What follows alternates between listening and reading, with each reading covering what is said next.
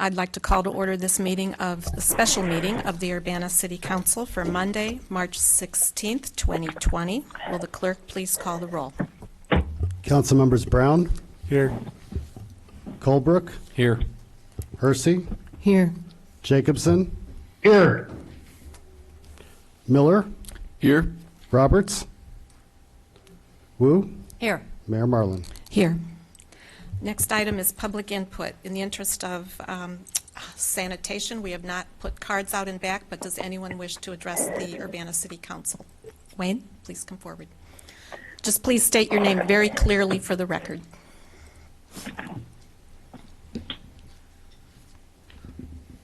Hi, my name is Wayne Williams. I am the Cunningham Township Assessor, and I am just coming to announce that I have closed my office to the public. 85% of our walk-ins are seniors, which are one of the more vulnerable populations.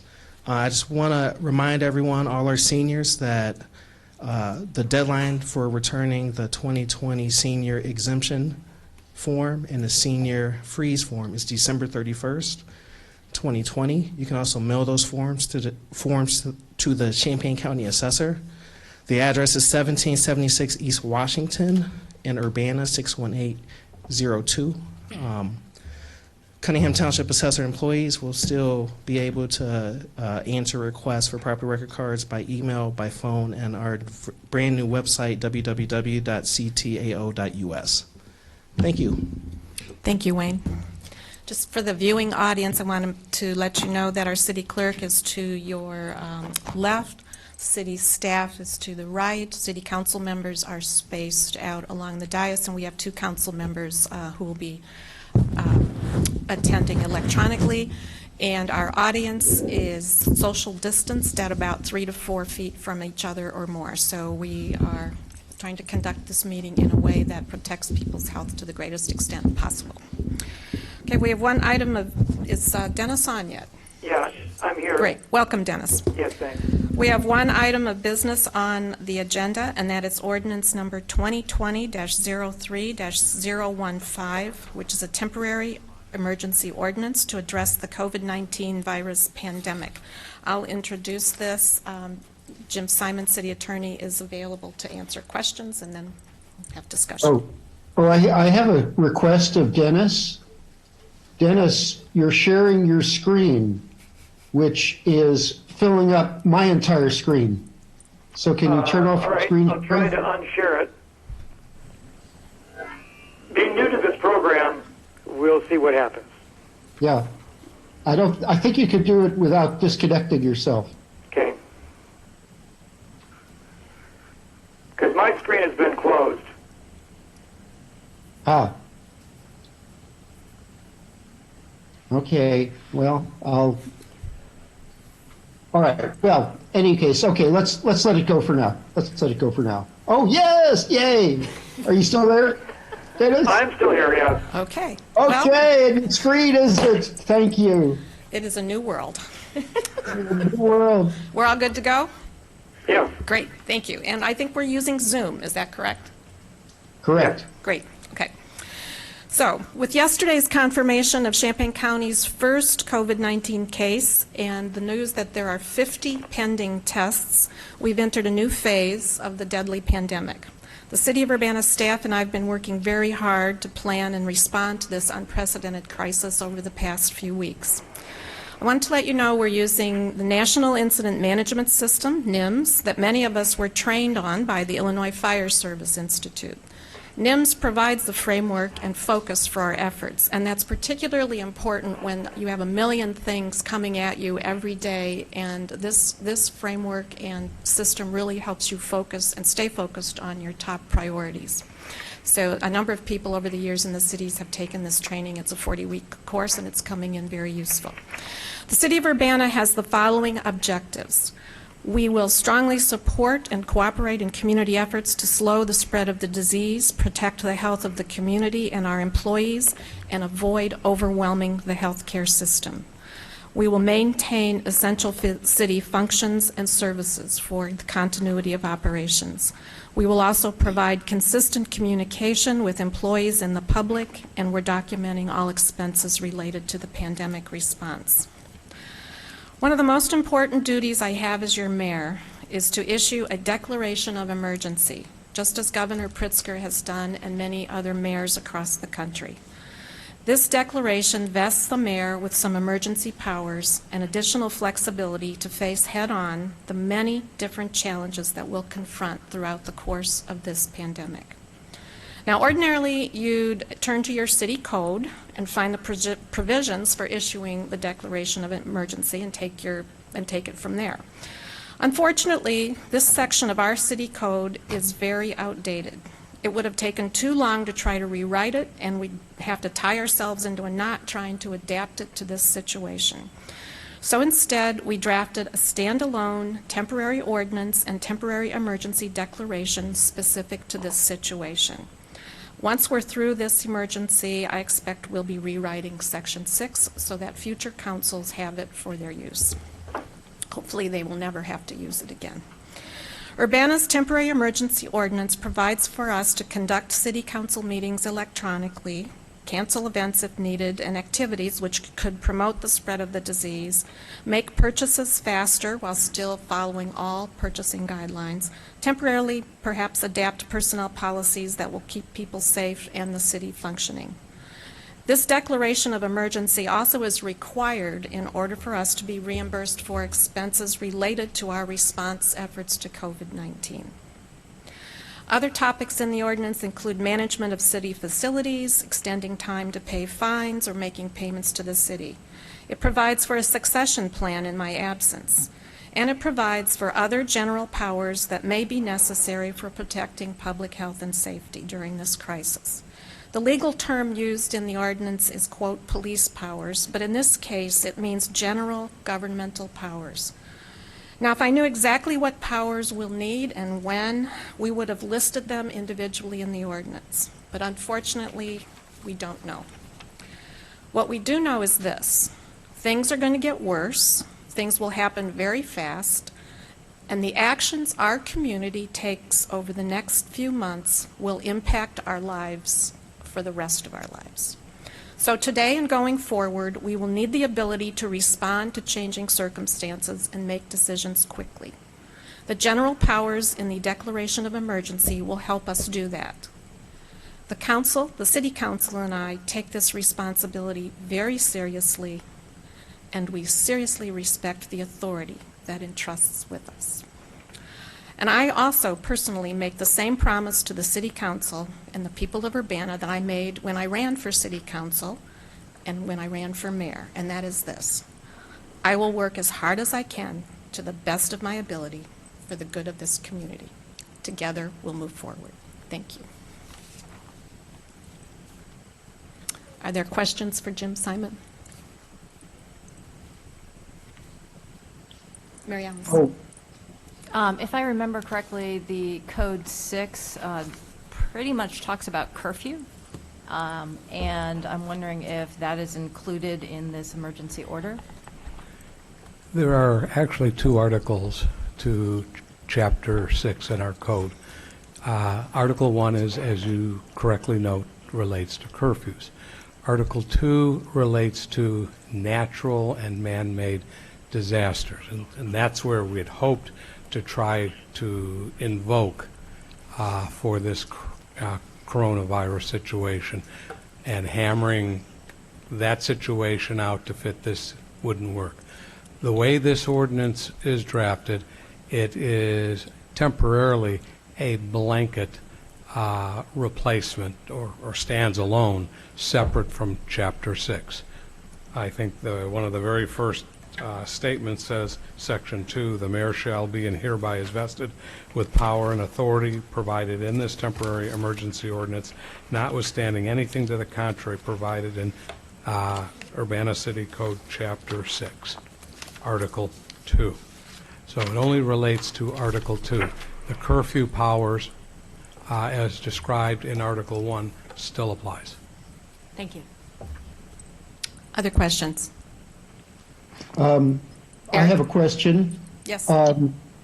So this document specifies that meetings of the city council may be done electronically. Now, the governor now has issued a new order that all meetings subject to Open Meetings Act can be done electronically. And so I would assume, but I just want to ask, whether this also pertains to boards and commissions. May they now be held electronically without violating the Open Meetings Act? Yes, they may be, because a public body is defined in the Open Meetings Act as not only the city council, but its boards and commissions, or boards and commissions of the city. So yes, you are correct. The suspension of the Open Meetings Act requirement of physical presence, as provided in Section 6 of today's executive order by Governor Pritzker, would apply to our boards, commissions, task force, what have you. And we'll be looking at all our board and commission meetings, and of course, only the ones that are absolutely essential to city functioning for the next few weeks will be held. The rest will be canceled, I expect. And this points up how fast things are changing and how fast things have changed between when this ordinance was written last Friday and today, and the governor is actually anticipating a lot of the things that we were looking at as well. So we're going to be seeing much more coming from the governor's office as well over the coming days. So I've got a question. Yes, Dennis. In the temporary ordinance under Section 4 of City Council meetings, during this period of emergency, council rules are hereby modified to require an affirmative vote of the majority of a quorum present, electronically or physically, at the meeting for the passage. So what we're saying is that we don't have to have a physical quorum present, but we can do one electronically and physically. It used to be you had to have a physical quorum physically present, but the governor's order now overrides that. So we can all call in and not have to be physically present. I see. Okay. Well, I guess I would point out that the president now has said is discouraging, I guess it's not a law, but it's discouraging any gathering of more than 10 people. And if we have 7 members of the city council, plus the mayor is 8, plus the clerk is 9, plus council is 10, plus the city administrator is 11. So it sounds as though we should simply go to electronic meetings. That's a logical conclusion. Mary Alice. So I realize that things are changing daily, if not hourly, and everything hasn't been figured out, but I would like to know if you have any thoughts in terms of the plans to make these meetings available to the public. Will they be audio? Will they be video? Will they be a combination of both, or is that still under discussion? It's under discussion. If we are all attending electronically, there won't be video, really, so it looks like there will be an audio. There has to be an audio recording. So, no. If you're using Zoom, you can record it. It can be recorded as a video. Oh, okay. The governor's Section 6 of today's executive order does strongly encourage, if possible, video. Obviously, electronic can't be done that way, but also audio. So I'm sure an audio recording will be made and made available within a reasonable period of time after the meeting. And we'll do our best with video. We just haven't. Yeah, I would point out, although we're not utilizing it right now, Zoom does have video capability, so that it has the capability so that whoever is speaking video would become available, and then anybody, like on the council, who wants to speak can raise their hand, and then the video would shift to them. That doesn't seem to be activated in this session, but that is part of Zoom. Well, I think we're going to get some practice with Zoom. Sharice and then Bill.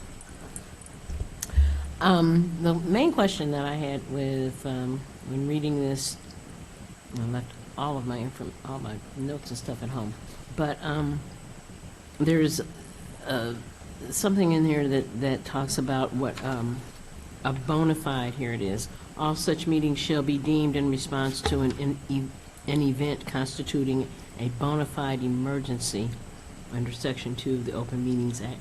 Well, and I guess what I was wondering is what the definition of bona fide emergency is. It's not easily defined. It's a case-by-case circumstance. In fact, Section 2.02A of the Open Meetings Act doesn't contain a reference to bona fide emergencies. It talks about notices of emergency meeting, period. A bona fide emergency would be what a reasonable person could characterize as an emergency. As the governor issues more executive orders, including the ones that have been issued, and following the president's guidelines of no more than 10 gathering in a public place together, I think, given the COVID-19 situation, that what we are involved with right now at this moment, both here at the council as well as throughout the city and the country, would be considered truly a bona fide emergency. Okay. I didn't know if, when I was reading the code, so much of it just deals with a possible nuclear attack or possible this, that, and thus, and nothing talks about biochemical or biologic situation or event that may occur. So that's why I was wondering, because of the fact that it seems so narrow in what it says. It's like, so what is bona fide? It dates back to the Cold War and actually at the state level too, which is why the language at this, everything needs to be updated. Yes, okay. And that's why after a day of working on trying to shoehorn something into Article 2 of Chapter 6, frankly, I gave up on it and realized it's just not going to work. And with the mayor and the city administrator's help, we crafted this provision as a standalone provision. And I would emphasize that this ordinance applies only to the situation we're in now. So it's a temporary ordinance specific to this situation. Bill? Yeah, I'd be very disappointed if we didn't meet physically. At least somebody be here. And part of that is because, I meet electronically on Zoom several times a week for work. It works fine. We have a small group or a large group. I meet with one group that's over 50 sometimes, and it actually works pretty well. But we have an obligation to the public to be open, and especially in tense situations, we need to show transparency, we need to show clear objectives, and I would be very disappointed if it wasn't open so that anybody could come in and participate in the meeting. They wouldn't have to have a computer, wouldn't have to have a special cell phone, wouldn't have to set up software. So I'd be very disappointed if we didn't have a physical presence. And I'll just say, as far as the public health aspect, that's a recommendation of 10. I understand how that's calculated, but with the safeguards we have in place here, I think you have to take into consideration the social distancing that we're doing, and it's proven to be successful, proven to be effective. So I would be disappointed not to have a physical presence. Bill? I guess I've got a statement and a question. So my statement is, you had mentioned that the situation that we're in with the pending pandemic, is unknown, what the future holds. And I think we could all probably agree that 2 weeks ago, nobody knew that the NBA season was going to be suspended, or that Major League Baseball was going to be suspended, or all the things, the big things in life that we enjoy are now put on hold. And this is bigger than what any of us thought, probably a month ago, 2 months ago. And I guess my question is, with this ordinance, you're just asking to strip away some of the typical restrictions that are placed on government, the protections, in order to specifically deal with this one situation only, in order to basically serve the citizens of Urbana better by being able to do some of the provisions that you have put in here, whether it be human resources or purchasing, or, the Meetings Act. Is that correct? Well, I wouldn't even say strip away, because the basic protections we have in our with human resources personnel, with the financial system, they will still be there. It just makes it a little more flexible. It gives us a little more flexibility. Thank you, Ben. Jared? Just one clarification, Jim, because this is part of an amendment we're going to offer later to this ordinance. We were going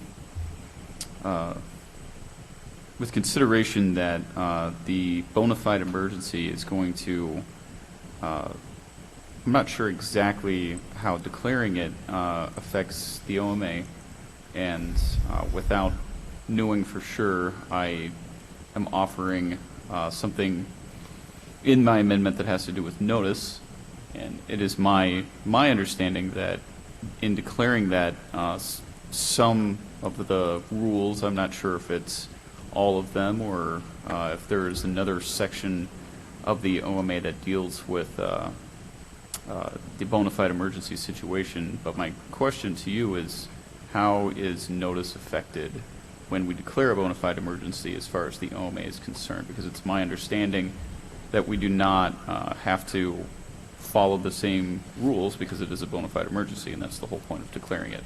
Can you comment on that? Yes, actually, it's interesting because under public meeting in the Open Meetings Act, which is Section 2, they do not talk about, the statute in that section does not talk about emergencies. However, in 2.02 deals with notices of meetings. And towards the end of Section A, there is an indication of notice of an emergency meeting shall be given as soon as practicable, but in any event prior to holding of such meeting, to any news medium which has filed an annual request for notice under subsection B of this section. I assume all our news media, I think our city clerk could answer that, but all our news, and he's nodding his head, have filed such a request. So before we could hold a meeting, at least the public media must be notified. Obviously, we also, if we're going to notify media, I can't believe we'd have a problem not posting it on our website. So it would be posted on the website. The standard problem that they're really thinking of is or trying to address with this exception, is the 48-hour rule, where a notice has to be posted 48 hours. In fact, this meeting, we met that. For this meeting, we met that. Normally, that would allow us to post up to 6:59 p.m. on a Saturday to make the, 48 hours, because it's not weekdays or business days, but calendar days. So it's really addressed through the notice. Okay. I think that from what I'm hearing, there is no specific condition under the bona fide emergency. It's just what you listed. There are not a timing constraint, but a notification as far as media sources are concerned prior to the meeting.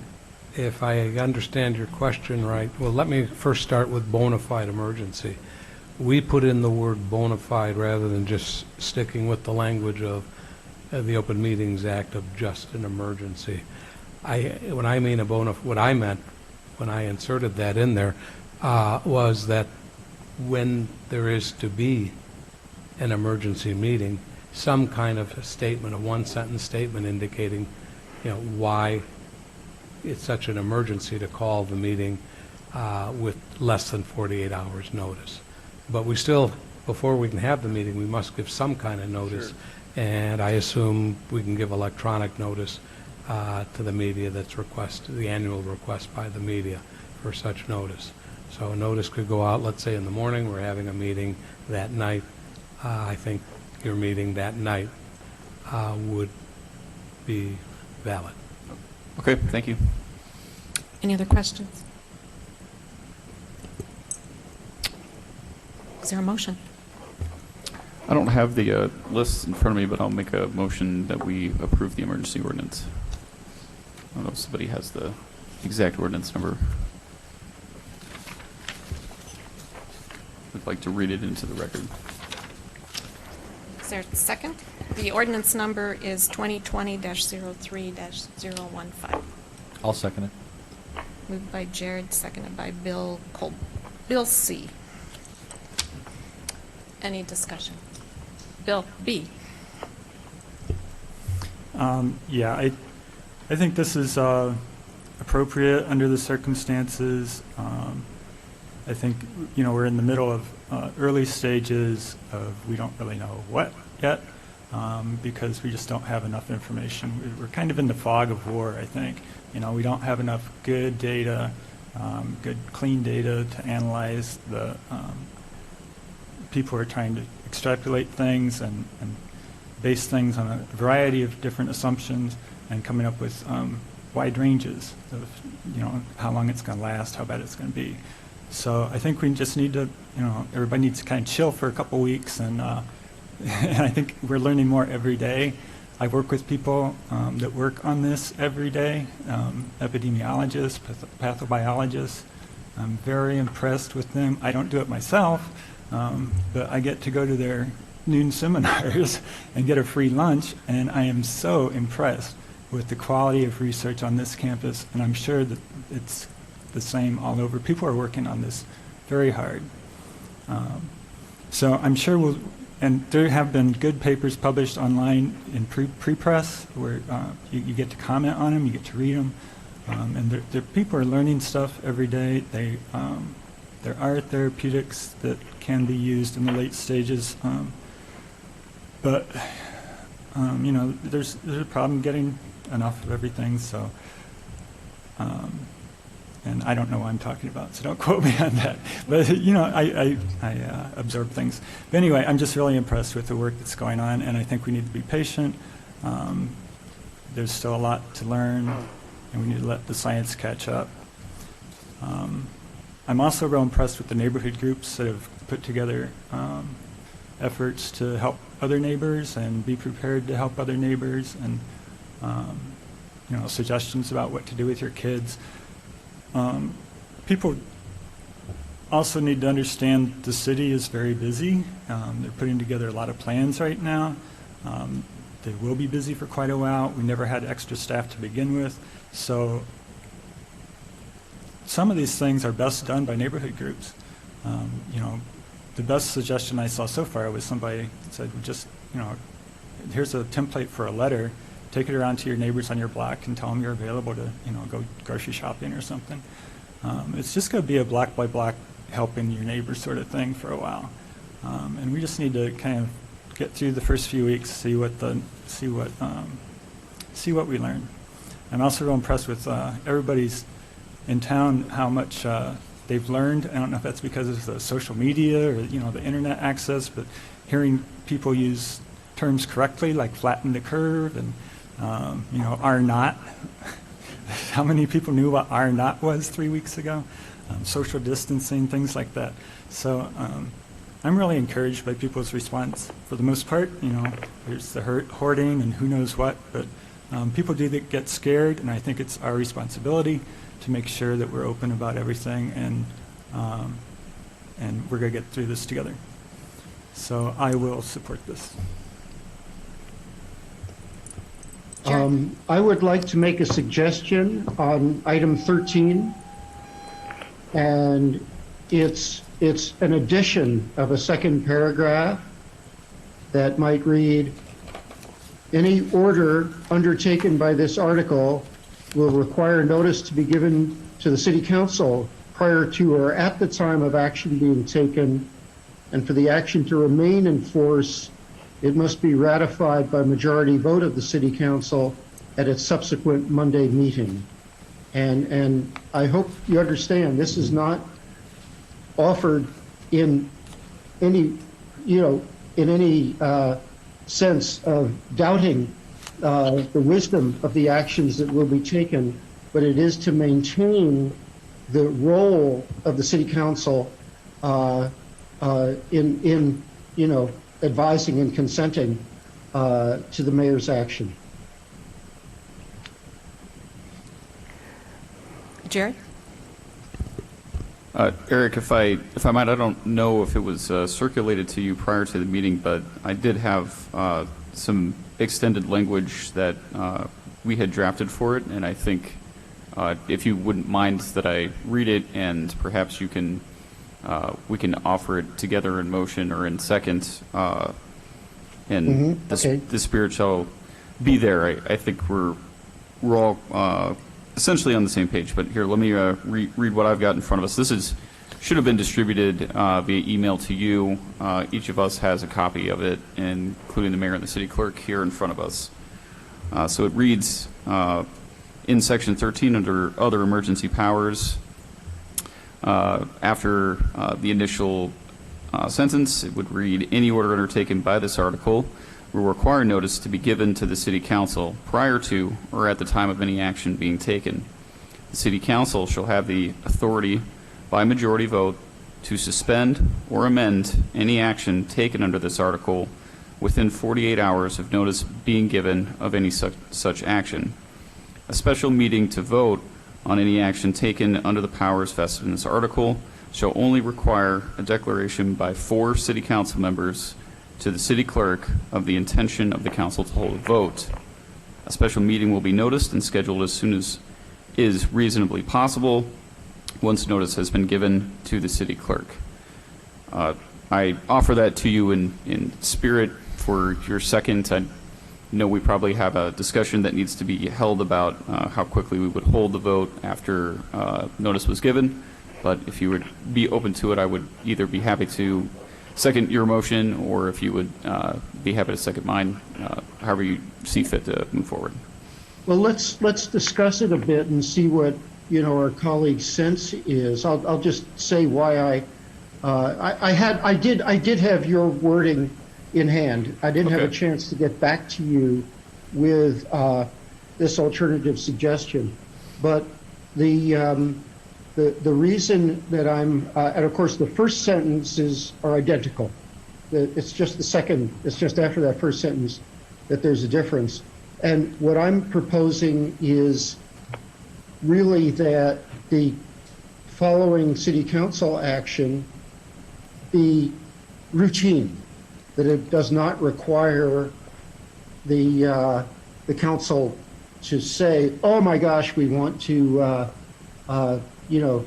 we want to call this into question, but it would be routine in the sense that any of the mayor's or the staff's proposals, even in non-emergency case, are routine. We automatically consider at a regular meeting, but the difference is that in the emergency, the mayor may take action and put things in force without waiting for the council. But this says, okay, that's fine. We agree with that, but let's have the council now review that at a subsequent Monday meeting and decide if we really agree with that. So that's the spirit of mine, as opposed to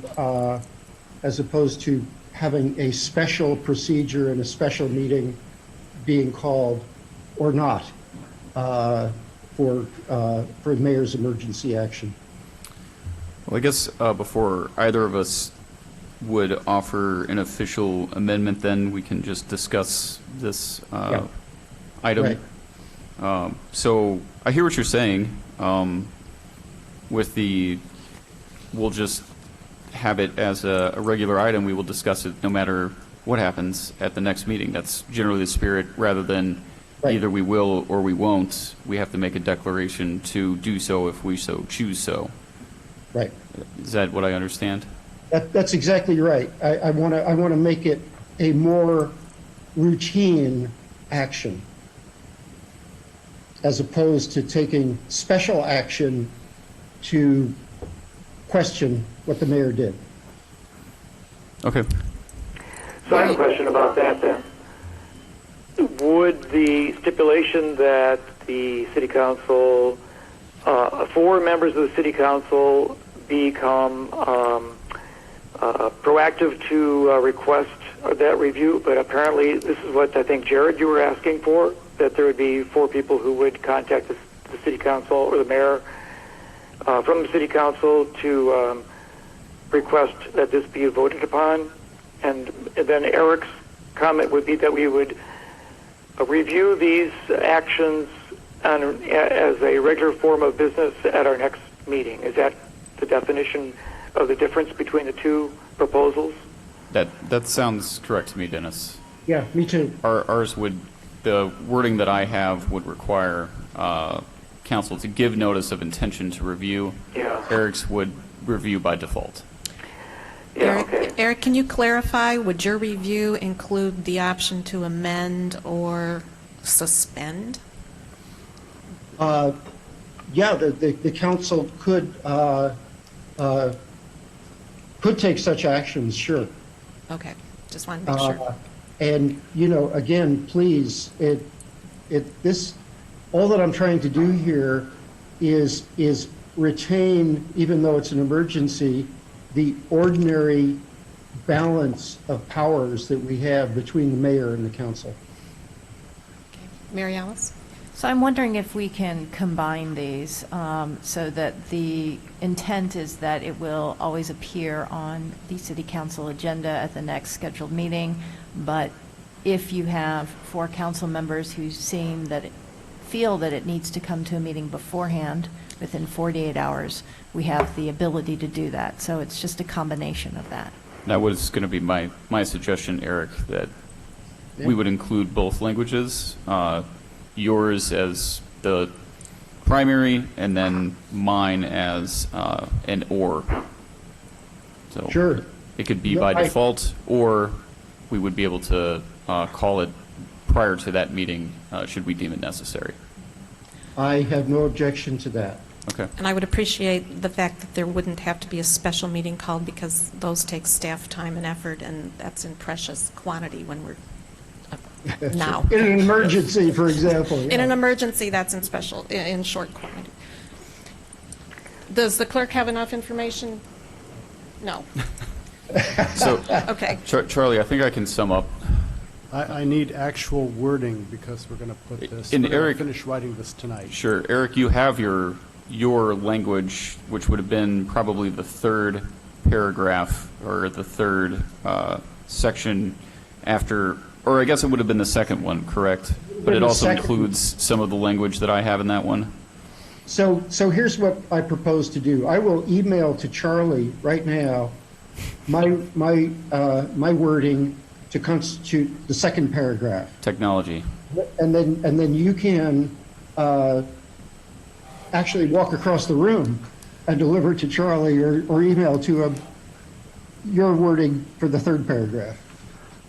Okay. Let us know when you've got it underway to Charlie. So to summarize, for the viewing public, the special action taken by the mayor would be done, but the council would automatically review it at the next regular council or committee of the whole meeting, Or have the option to call a special meeting or have the option to call a special meeting to review it, with 4 council members. calling for the meeting. Bill? I've got a question, I guess, as the practical application of this. I mean, I obviously appreciate, council oversight, over actions, but just a what if we put something like this in place, and I just would like somebody, to explain to me, I guess, the fallout, when it comes to like purchases. Let's say, for instance, the mayor, and staffers think that we need to buy X amount of PPE, and we need it right now, and we as a city expend funds in that emergency based on the new ordinance, and then we gather as a council, and collectively we decide no, that wasn't a good idea. Then what happens with that purchase? Bill, I think what we're talking about is an amendment specific to Section 13. So this would have to be an action undertaken specifically with powers vested in Section 13. A PPE purchase or purchases in general would be covered under Section 7 of this ordinance, so this would not apply in that situation. We would not be, we're not seeking to check every power in the ordinance, just the other emergency powers. So this amendment only applies to actions taken under that, not under any other section. Does that make sense? Well, it does, but I guess I don't understand what the other powers that you would be concerned about. Did you have a chance to review the memo provided in the press review? I did. With the what this does allow us to do and what it doesn't allow us to do? I did. Okay. In section, and we were going to get into this, I think we were going to ask Jim to elaborate a little bit on what exactly that meant. You know, this was brought up primarily as a response to let the public know that we saw what happened in the city of Champaign with their Exhibit A in Section 10 of the ordinance they passed. It was very similar to this. And we wanted to make it perfectly clear to everyone in the city of Urbana that the city council saw a flaw in that resolution and saw a flaw in that ordinance that we did not want folks to think we were choosing to repeat, that we take very seriously those powers that are given to the mayor and we don't list a specific thing as that Exhibit A did, where we're saying these are all the things that the mayor has the power to do, so we probably need a little bit of clarification from the city attorney as to what those things are. But without getting into the specifics of what they do and do not allow, we felt that it would be necessary to show the viewing public that we have a direct check on those powers that were of such concern to folks in the city of Champaign when that ordinance was passed. And that's the spirit of it. We weren't thinking necessarily of what it does and what it doesn't do because we have a power to check it. But we would appreciate elaboration, Jim. Jim? I think I'm happy to give you one. If you read it, it talks about general police powers to protect public health and safety within the city. Police powers is not a reference to police department powers. Very simply and hopefully succinctly, it's a reference to enforcing ordinances or state law.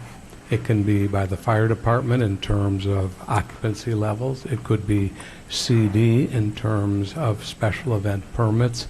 It could be the local liquor commissioner in terms of liquor licenses. It could be the police department. But it has to be directed towards public health and safety, not specifically directed at, let's say, guns. I mean, mayor does not have the power to in any way control guns. One, we don't license guns. The state licenses with FOID cards and concealed carry cards, that kind of thing. The problem is, as both of you have articulated, we don't know what is coming down the pipe. It could be suddenly mass riots over at Schnucks over a box of diapers. It could be food shortages where maybe the mayor decides to issue an order with a little bit of rationing so the existing food supply that's present at that moment can serve more people. We just don't know. Now I'm making these potentials up. Conceptually, I fully understand what the city council's concerned about, and I appreciate that. I will offer one further comment. There will possibly be some actions, to use a phrase most people are familiar with, where you can't unring a bell. It may be a one-time action to stem some type of act or omission that needs to be addressed right then and there, and it's addressed. An hour later or a week later when the council or committee meets, it becomes very difficult to say, now we have to undo that. Now, if it's a standing order that has more than momentary or short duration, yes, of course, that can be modified or repealed and all. And frankly, notwithstanding anything in this ordinance, because The council is being asked to approve it, and it cannot go into effect until you approve it, if you do. You always have the power to modify the temporary ordinance. As time goes on and we all gain more experience with how this thing's going to work, the council may come back, special meeting, regular meeting, however you choose to call it, and you can amend it. That is a policy question, depending on what the amendment is. But clearly, more likely than not, it's a policy question. My guess with all of this is the governor is kind of out ahead of an awful lot of people in this whole area, where he has been providing a lot of policy and executive orders regarding conduct, like the closing of restaurants and bars and food halls starting to, I believe it's tonight at 9 o'clock, for on-premises consumption and offering alternatives. Other states and other cities are doing the same thing and all. But I think he came out in advance of that, and our ordinance would give the mayor that power, but obviously at this point she doesn't need to exercise that power. I'll just add one further comment just to address your question, Bill, in that we don't ever expect to need to take any action as to this. It's a fail-safe, if you will. Yes, it certainly can be a situation where it was something that required immediate action and it's already over and done with and there's nothing for us to do about it. But it's a fail-safe nonetheless, and I believe it was necessary to add that language to help folks understand that we're taking the power that we're vesting in the mayor and the city very seriously. I'd like to make a comment. Dennis? And I think that somewhat this is there's kind of a difference between an event that might happen in the public that would require immediate attention, whether it be through the fire or the police department or some change in regulation. But we're probably not going to be doing proactively making up new regulations to initiate further change ourselves, but only with the consent of both the mayor and the city council.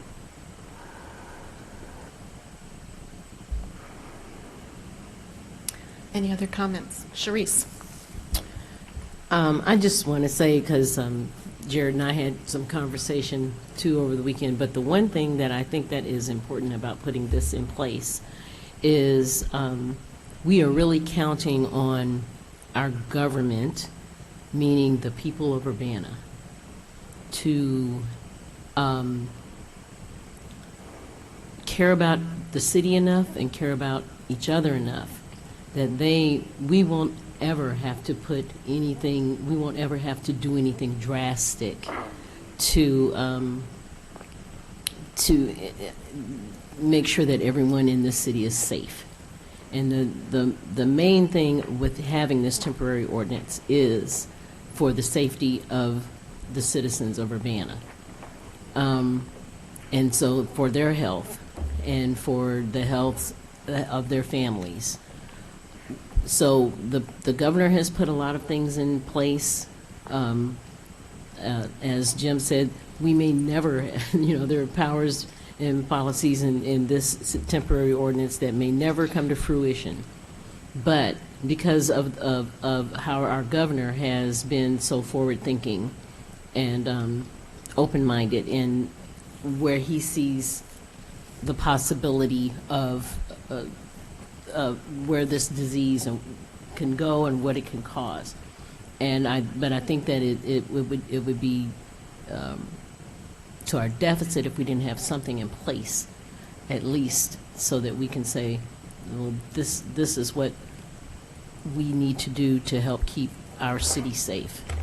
And I think that it's very important that everyone in this city, and anybody who's watching, listening to this, it's so important that you buy into how this is going, and that you understand We're not trying to cut anybody's rights off. We're not trying to do any of that. What we're trying to do is make sure that you live and make sure that your neighbor is healthy and make sure that, people in your family are healthy. That's one of the most important things that we can do as city government, is to keep our citizens safe. And our other responsibility is to keep our employees safe and to keep government running and functioning and providing the core services that everybody depends on in this crisis. So we're all first responders, and that individual behavior determines the outcome of this thing. And then we absolutely, our top priority is to keep this city functioning for all of you. Any other comments? Jared? Just for clarification of moving forward, Charlie, do you have, from Eric, does it, with what he has and what we've said, do you have a clear idea of our intention? Let me read what Eric has stated here. Eric, is it your intention that this replaces the second paragraph in the version provided by Councilman Miller? I think we're including both. No, my intention is that this would be the second paragraph, and then the wording from Jared. Okay, so this gets inserted. Okay, this gets inserted. Yeah, Okay. this gets inserted. Yeah, mine gets inserted. Okay, so the language we've received from Eric is that any order undertaken by this article will require notice to be given to the city council prior to or at the time of any action being taken. For action to remain in force, it must be ratified by a majority vote of the city council at its subsequent regular meeting. Sounds fine. I think what would follow is just the word additionally. The city council shall have the authority by majority vote to suspend or amend any action taken under this article within 48 hours of notice, so on and so forth, through the language that remains in mind. Jim wants to add, notwithstanding something. No, I'm not going to stand, and I'm not going to withstand either. What I am going to suggest is where you reference the word article, and I think it's two places, you change that to section. There Yeah. are no articles in Correct. this particular ordinance. I meant to change that before I sent that out, but A yes, section. they are sections, not articles. So the third paragraph about 4 council members being required, is that now deleted? No, that would still remain So that's in for the there call of the special, for a call of a special meeting. instead of the regular meeting? Correct. It's So you a- want, it- you it's want a- an option to have it either go to the next regular meeting, or if you're so horrified, you want to be able to call a special meeting? That's correct. Gotcha, okay. Okay. Do we have it, Charlie? Yeah, okay, so the new third paragraph reads, additionally, the city council shall have the authority by a majority vote to suspend or amend any action under this section, taken under this section within 48 hours of notice being given of such action. And then the other two, is there another section in here, Yeah, Jim? it's in the next sentence. Special meeting to vote. Vested in this section shall only require declaration by 4 council members to the city clerk of the intention of the Oh, council. okay, I see it, okay, section, okay. I think so, okay. So, now, the next would be somebody to move and second this, and then discussion on the amendment. I'll make I've got a a question first. Yeah, go. Is there any way, just for clarity, you can, now that those on-the-fly amendments have been made, can you read it from the top to bottom so we know what we're voting on? Sure. Section 13, Other Emergency Powers. The mayor, pursuant to her general police powers to protect public health and safety within the city of Urbana, shall have the power and authority to issue general orders that have force and effect of law. Paragraph 2. Give me a second to pull it up. Any order undertaken by this article will require notice to be given to the city council prior to or at the time of any action being taken. For the action to remain in force, it must be ratified by majority vote of the city council at its subsequent regular meeting. Paragraph 3. Additionally, the city council shall have the authority by a majority vote to suspend or amend any action taken under this article under this section within 48 hours of notice being given of any such action. A special meeting to vote on any action taken under the powers vested in this section shall only require a declaration by 4 council members to the city clerk of the intention of the council to hold a vote. Fifth paragraph, a special meeting will be noticed and scheduled as soon as reasonably possible once notice has been given to the city clerk. I'm going to make a motion that we amend Section 13 as stated. I'll second. It's moved by Jared, seconded by Mary Alice. Discussion. Yeah, I guess Dennis Roberts here. So, yeah, I think it's appropriate to include the elected officials who represent the community in the availability to comment on or to modify any emergency declaration that has come into the community, mainly because it's the duty of aldermen to be responsive and to participate in the creation of the conditions that we're operating under. And while we're not taking away from the ability of the mayor to be proactive and quick responding to the time and place of a possible emergency, it's always good to have the ratification by the elected officials to either support or to question it as it proceeds. Any other comments? All those in favor, or Jared? Just one more.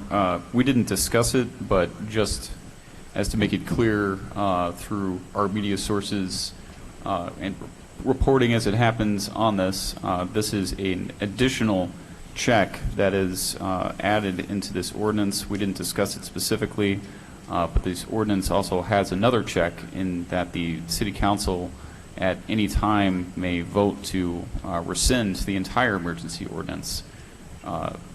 So we have one blanket check on the ordinance. We have just added an additional check on a specific action that could be taken under Section 13 in this ordinance. And just wanted that to be clear that we have 2 checks on the power vested in this ordinance given to the city council. All those in favor, please say aye. And this is a vote on the amendment alone. Aye. Aye. All those opposed? That passes. Further discussion. So in addition to Section 13, we had looked at, Jared and I had spoken about Section 14, which is in the absence or incapacity of the mayor. Currently, the procedure, so that the public knows, if the mayor is indisposed or unavailable, then the mayor pro tem steps in and is in place, not in place, but is in the stead of the mayor, and then it goes to the wards in order of the wards. So we have 7 wards in Urbana. Based on this, I think it's appropriate that we follow this. This is Section 226 in the city code. I realize that we have, at the moment, let me step back for a second. In this ordinance, right now, the order is the mayor, and then it says the mayor may delegate such powers and authority to the city administrator, or such other person as the mayor may delegate, who may take action, such actions as are provided in the temporary emergency ordinance. Similarly, in the absence or incapacity of the city administrator, such powers and authority shall devolve to the human resources and finance director. So I'd like to put up for discussion changing that language, removing everything after how the order would take place. I'd like to say first off that I really appreciate, I think the staff has done a fabulous job coming together, putting together plans. I know the fire department, the police department, everybody is working very hard to ensure the safety not only of our first responders, but also of our public. So this is in no way to say that our staff is incapable of this, but our staff will be in place, hopefully, as long as there isn't anything unforeseen. So this is more about who has the ability to move the city forward with all of the city staff. So the city administrator, the human resource and finance director, hopefully will still be in those positions.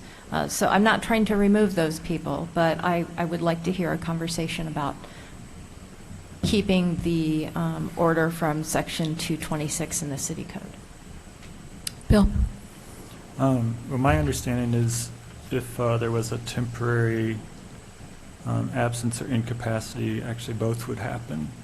So maybe I need clarification on that. Both the powers, especially in this order, would go to, as it says, to the city administrator or other such person as the mayor may delegate, but the mayoral powers or mayoral position would go to the mayor pro tem, because that's in our city code. If the mayor becomes incapacitated,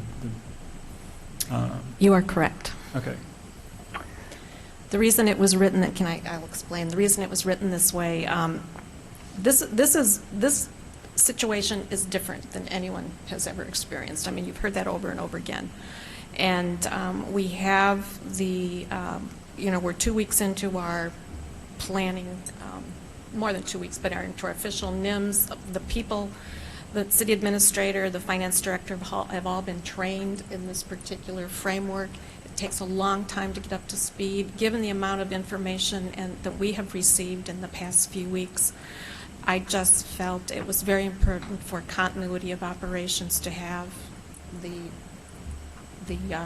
people in this position going forward. But yes, of course, the mayor pro tem would be assuming duties. Jared? Just a comment on that. So I thought about the context of it after you had responded to our inquiry about it, and it made me think of the president and vice president, if you will, in that our mayor pro tem is in some form or fashion our vice president. Bill, you're shaking your head that you wouldn't agree with that analogy. Let's choose a different analogy. Well, I'm just thinking, if the president is incapacitated or... Well, but pro tem is temporary. If there was a permanent incapacitation, you would appoint a new mayor from the council. Okay. I guess. Okay, fair enough. Necessarily have to be the mayor pro tem. I got you. So that was my bad analogy. I guess it just came to mind that I thought that we should, at the very least, now that we're in this situation, I guess we even, 3 weeks ago didn't think we would be here today, that either through, a change in this section or just as principle as we move forward, that we need to ensure that we have an elected official who is on the level, who can assume duties. When you said there's so much catching up to do, there's so many things that person is not going to be trained to be ready to respond to and talk about and learn about when they assume the position. Like, you're probably true, but that also means that all of the other elected officials are kind of kept out of the loop as far as what's going on behind the scenes. There isn't even one of us that would know necessarily what to do should the mayor lose the ability to be the mayor. And that is concerning. And I think that's something we need to reconsider as we're thinking about the role of the mayor pro tem in serving as the mayor pro tem, especially now that we've come to be in this situation, and not just as let's think about it when we rewrite the section of the city code somewhere down the line, but it probably needs action now that we have somebody getting trained up from an elected position in the city to be able to step in should something happen and be able to be the mayor pro tem and not just there to talk to reporters about what the city is doing without knowing what's really going on. Do you understand what I'm getting at? I'm not saying we need to change the language. I'm just saying we have no elected officials ready to step in. I can assure you that, never mind. So I can comment on that, perhaps, as the mayor pro tem. So I have made myself available by email and the conversation to the mayor to be at hand at any time to be briefed or to assist during this time of trial here in the city. And so far, the mayor felt that, well, perhaps she can address it, but she said that she would consider that or take that under consideration as she would try to understand what she wanted to accomplish next. So, but I would be willing and ready to come in as part of a team to do that, because it would probably be my responsibility in any case, as the mayor, if the mayor were to come down ill herself and to be in some way incapacitated or isolated, to help, and certainly I'm willing to do that. Or anybody who would be elected official, because it would also potentially devolve to, according to the ordinance that we have standing, which would be Section 2-26, that should the mayor pro tem also be incapacitated, the responsibility of the office temporarily would go to the aldermen of Ward 1, Ward 2, Ward 3 in succession, depending on who was available.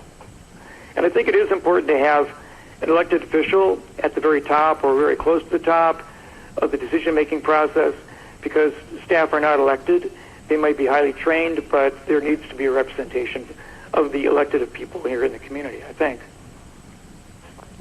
This is Eric, and I have a few different reactions to this clause, this section, and this discussion. My strongest reaction is, Diane, take care of yourself, please. We need you more than ever. The rumors of my demise are greatly exaggerated tonight.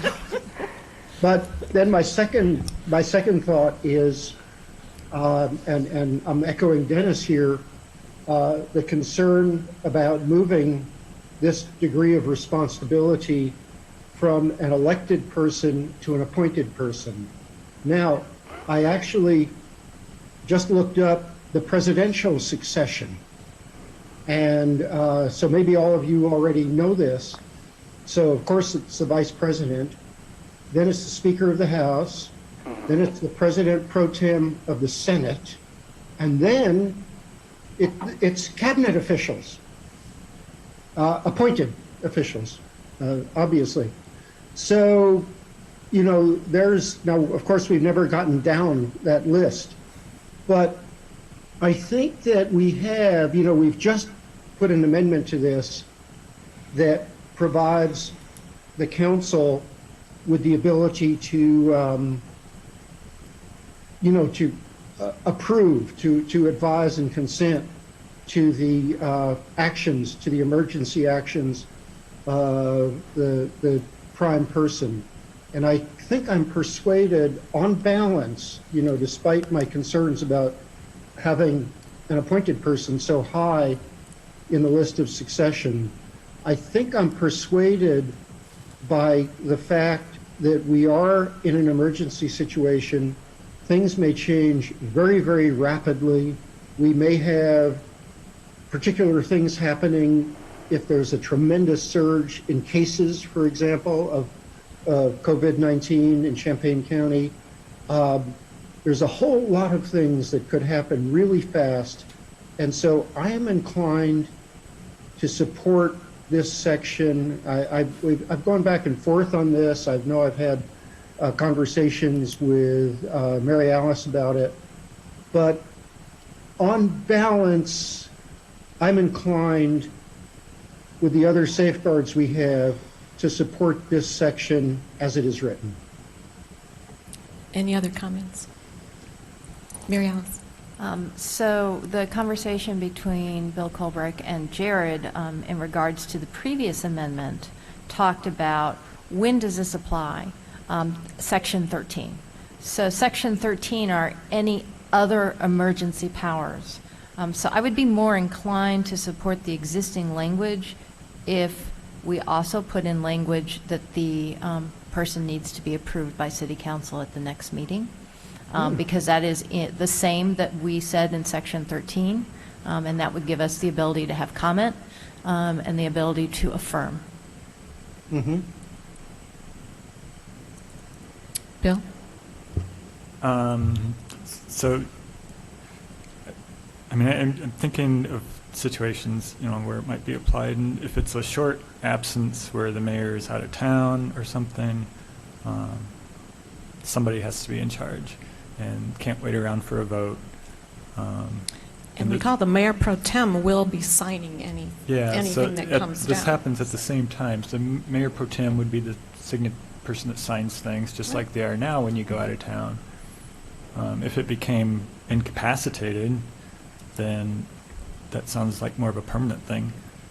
So then there's a different process. Then you'd have to replace the mayor, and there's a secession that has nothing to do with the secession that's listed as the pro tem secession. That's all just temporary stuff for temporary absences. Well, I'm sorry. Mary Alice, and then Eric. So I guess my question is Section 14 at the moment designates the city administrator as the first in line to do this emergency order. So all the power for the emergency order that we are considering tonight would then go to the city administrator and not to the mayor pro tem, Right. because of Section 14. So I think it's important for us to have language in Section 14, if we're going to keep it existing here, that within a week that there is a vote at city council to affirm once again that the city administrator is given the power to do this emergency ordinance. Bill? I actually like the suggestion by Mary Alice. If we put something in Section 13 for advising consent, oversight by the council, just for the sake of consistency, if there's something that is out of the ordinary that happens, to city personnel, I think, like I said, for the sake of consistency, being able to come back a week later at the next council meeting and just being able to give that advice and consent and either agree or disagree, just for consistency. Would you propose that someone have language for Charlie? Oh, boy. And the reason we're doing this is I'm going to sign this tonight after it's voted on. Because there are things we have to do tomorrow that's authorized in this. I will ask the city clerk to assist me, but I will say Section 14, the first paragraph stays as is. The second paragraph would be the language that Eric inserted into Section 13. So the city clerk, would you be willing to state that again for us?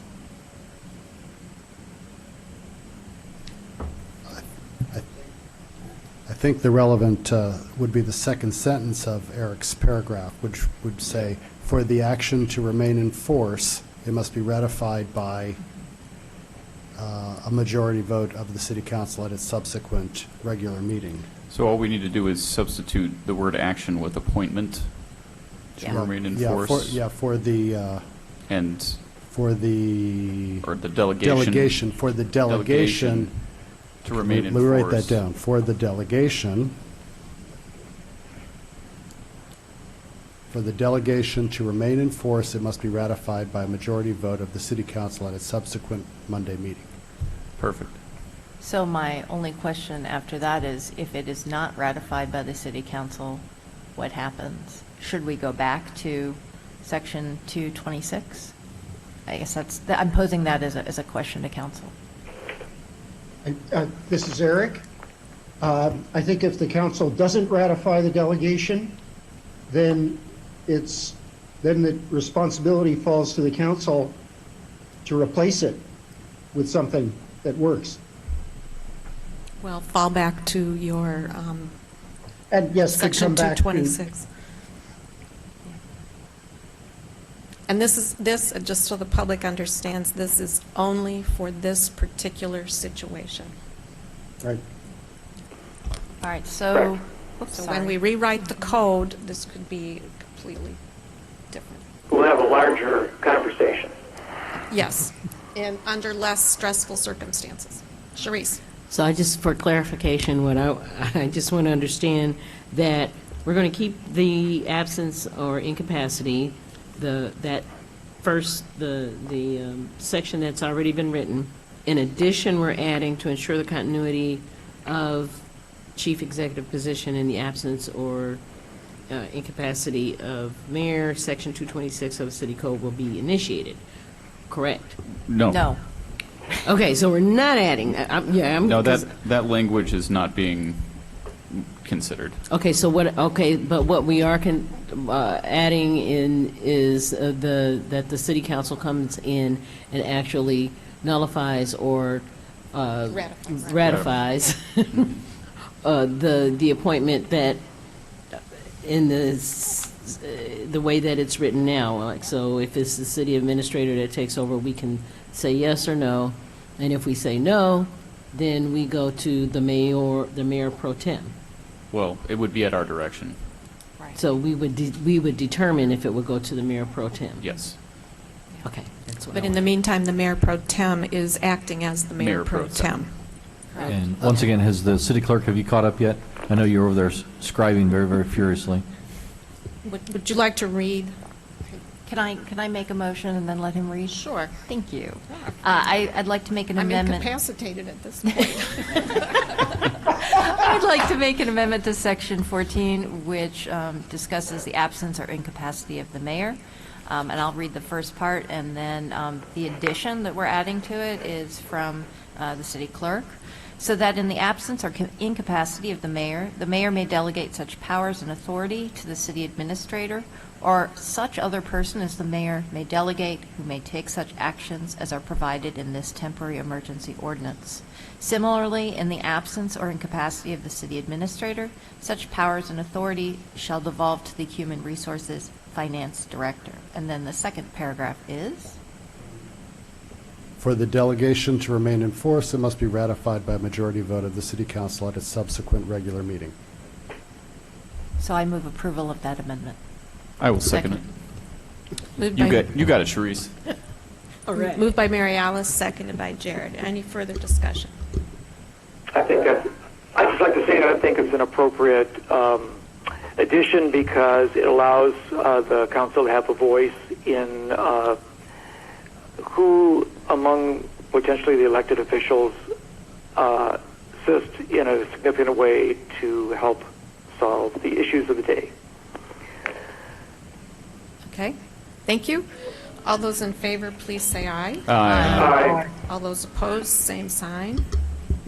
That amendment passes. Is there a motion for the ordinance as a whole? It's already on the floor. It's on the floor? It's already on the Okay. floor. It was moved by Jared Miller, seconded by Councilman Colebrook. Okay. Any further discussion? Yeah. Bill? Since you mentioned it, can you give us a little idea what types of things you need to do right away? Can we vote on this first? Oh, I shouldn't have asked that. Yes. Yeah, I mean, as long as you do it during the meeting, that's fine. I don't care. No, and you will be notified tomorrow when we do them. One would be related to city facilities. We're going to be starting tomorrow. We do have this is a polling place tomorrow. We're going to be locking 2 of the 3 outside entrances, so the public will be, and all of us will be coming in the north door. And that will be in place for, indefinitely, depending on, circumstances. It may be that we eventually get to the point where the building is locked, is closed to the public. But at this point, we're going to keep one door open. We're advising people to call in advance, try to do as much as they can online. And the purpose behind that is and we're also making sure all of our employees are positioned behind glass. So there's a physical barrier between them and the public and still doing public business. So there's the police service window, finance window, city clerk, and then we're working it out so CD is also protected in that way. What else is on the list? I'm going to be suspending issuing of special or public event permits for the foreseeable future to discourage any large gatherings in the city. I'm also going to be suspending issuing temporary liquor licenses related to those special events. So that'll go into effect right away. What else do we have? We're working on internally on travel policy, on scrambling to get our remote working capability up and running. Turns out there's no laptops available in the world, so we're going to Plan B on that. And is there anything else? Yeah, Carol. Parking meters. Parking meters. Parking meters will not be enforced in the parking lot north of the city. They're still enforcing them on campus. I was gotta take it going today. to do a yay for not on campus. And but- we're also taking steps to accommodate the new reality for restaurants and bars, which we'll announce tomorrow, but it will involve bagging. They have restaurants or bars would have the choice of requesting meters to be bagged in front of their establishments for free, and then that could be their pickup and drop-off zone. Just to be clear, it's 2 parking Two meters. parking meters. Per establishment. Yes, yeah, not the whole street. So there's, And- okay, so there's and- room for somebody to drive up and pick up some Yes, curb pickup? safely. That's great. Yes, and this is these are just things that we're going to put in place Yeah. tomorrow. So Yeah, I know. those are the types of things that people are going to see under this emergency ordinance. The Section 13 obviously would be a larger scale action that I don't know what it could be. There's a lot of stuff happening out there, but it would be designed to either promote the continuity of operations in the city, protect public safety, stop the spread of the virus. Depends, and a lot of that depends on the behavior also and the actions of every single resident in this community.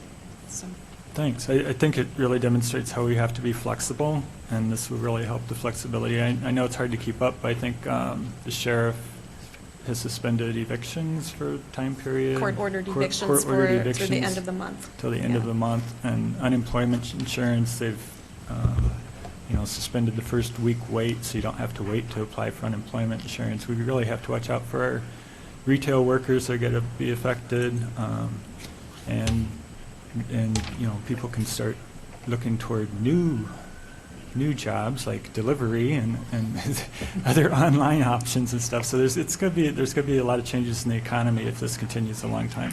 So it's nice to have the flexibility. I'll support it. We've also reached out to the Small Business Association, or Small Business Development Center and the Economic Development Corporation, and they're providing resources to the business community as well. So a lot of this we can't do, the city itself can't do, but we're trying to mobilize the resources in the community. But literally, it's nonstop. So appreciate your support for this, and we'll try to keep you as informed as we can, but sometimes it's not until the end of the day that I actually get a chance to sit down and write an email. And Mayor, also we've learned now that the MTD has offered a response to the COVID virus. They're going to be offering free rides effective on Tuesday. They encourage all passengers to limit non-essential travel, and they recognize that there are people who must get to work and have errands to run. So they're trying to eliminate any barriers to access to free rides and other information that would be on their website. So I think it's important to let people know that many other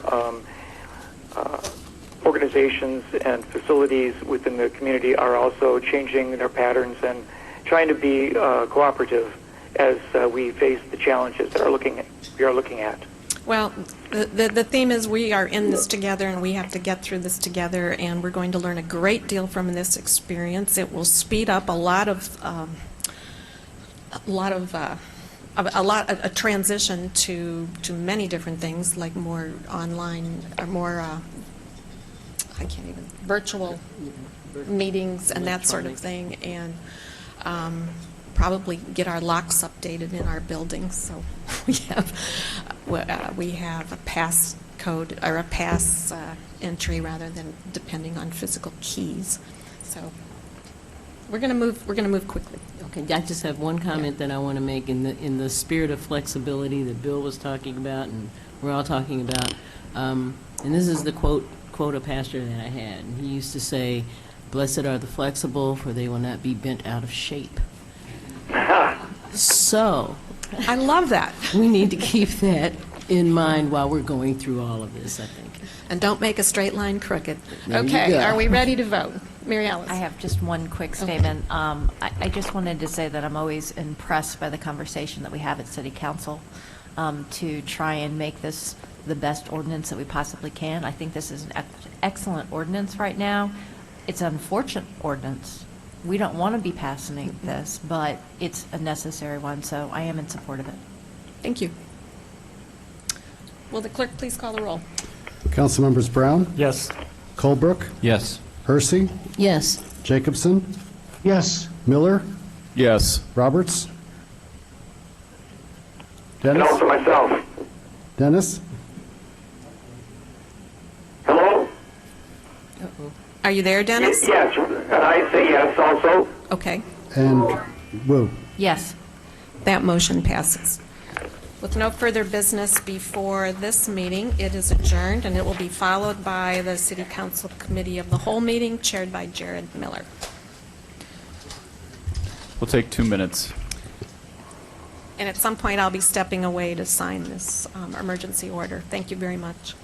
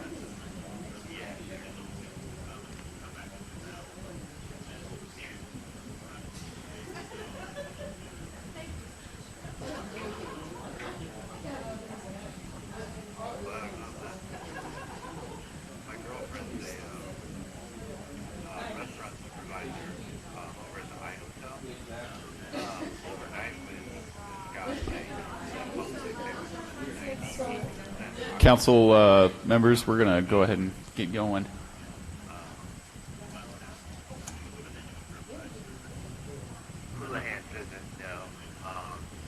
All right, so up next is our Committee of the Whole meeting for Monday, March 16th. Would the clerk, I'm going to call the meeting to order and ask the clerk to call the roll. Council members Brown, Here. Colebrook, Here. Hersey, Here. Jacobson, Here. Miller, Here? Roberts, Here. Wu, Here. All right. First up, we have approval of the minutes of the previous meeting. This was on March 2nd, 2020. Is there a motion for approval? So moved. Second? Second. That was moved by Mary Alice and seconded by Alderman Bill Brown. Are there any additions, or I'm sorry, are there any corrections or amendments? All those in favor of approving the minutes, say aye. Aye. Any opposed, same sign. All right, that motion passes. The minutes are approved. Are there any additions to the agenda this evening? Seeing none. Public input. I don't have any cards in front of me. We were asking folks not to turn cards in if they did not, only if they wish to address the council, but not by voice. Is there anyone who wishes by voice to address the council in the audience this evening? Seeing none, we did have an update from Tim Bannon, but that has been rescheduled for another date. Are there any staff reports? Could I just make a quick Yeah, update? of course. I do want to just take the opportunity before I give the quick update to say how just phenomenal all of our staff are being. They're seeing their friends and family members, being sent home for various reasons. Some of them will not be paid because there's no work for them, and other ones are being sent home because they, their places of business are allowing remote work. We're not set up for remote work. As the mayor said, we're trying to catch up on that front. But, we've had a wonderful commitment of people coming to the office and practicing all the good practices so that we can keep things going. And I just want to give a shout out to our staff because they're really stepping up and being, we're proud of them. They're wonderful. Just want to give you a couple updates. Was there clapping? There was. Yes. Thank you. We gave an update. I gave an update a week or two ago about bid openings for several transportation projects. Those are still on schedule. We've shifted to a virtual format because we typically invite people in for that, but that'll allow us to keep on schedule.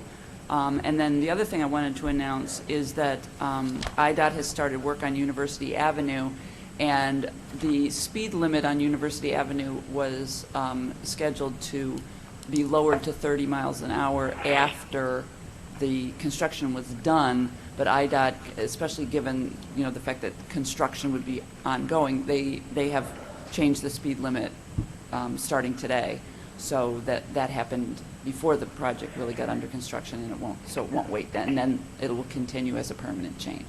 So just those few updates. Thank you, Carol. Any other staff reports or updates? All right. First up, we have ordinance number 2020-03-009, an ordinance authorizing the purchase of certain real estate, specifically 1107, thank you, North Gregory Street, Community Development. Thank you. So this is a request to purchase a single-family house at 1107 North Gregory for continued use for transitional housing. So Rosecrans has operated it for transitional housing. It's been operated since 2013 for transitional housing. But Rosecrans now would like to focus on some of their other services and would like to return this property to the city. If we purchase it for the $0, as is in the ordinance, we will continue to operate it for transitional housing, just like we do 2 other units in the city. So it's imperative that affordability of this property remains. If it does not remain affordable per HUD definitions, the city will need to return to HUD $200,000. The best way to guarantee affordability is to own the property. So we are asking that we buy this back for $0, and the CD Commission at their February meeting has recommended that we do so. Thank you, Lori. Are there any questions for staff from council? Mary Alice? I'd like to move to City Council with recommendation for approval, ordinance number 2020-03009, an ordinance authorizing the purchase of certain real estate at 1107 North Gregory Street, with a recommendation for approval to City Council. Is there a second? Second. Moved by Mary Alice, seconded by Sharice. Are there any further discussion from council? I just had one quick question, Lori. I did not know, and I kind of assumed when reading this that we operated transitional housing as a government body. Is that correct? We have 2 units. One's on Wiley and one's on Division. Interesting. So this would be our third. So this, who oversees that program? Community Development or Grants Division with assistance from our Code Compliance Inspector. Interesting. I'd love to hear more about it sometime. We'll set up a virtual meeting to discuss that. Thanks. All right. Seeing no further discussion, all those in favor say aye. Aye. Any opposed, same sign. All right, that ordinance passes. Next up, we have ordinance number 2020-03-014, an ordinance approving an amendment to a planned unit development at 1208 Bradley Avenue. Plan case number 2396, PUD 20. Lily Wilcox. How you doing? Good, how are you? Very well. Good evening, everybody. I promise to wipe that down afterwards. So I wanted to, before we get started, let you know that the petitioner is on the phone tonight for questions. Lori Edwards from the Annex Group, representing Union Development Holdings, LLC, and Brian Bradshaw from BKB Engineering in Champaign, the site engineer for the Phase 2 proposed development, are both on the phone, or I'm hoping they are still on the phone. Yes, we're here. Thank you, Lori Edwards. Yeah, I'm here. Thank you, Brian Bradshaw.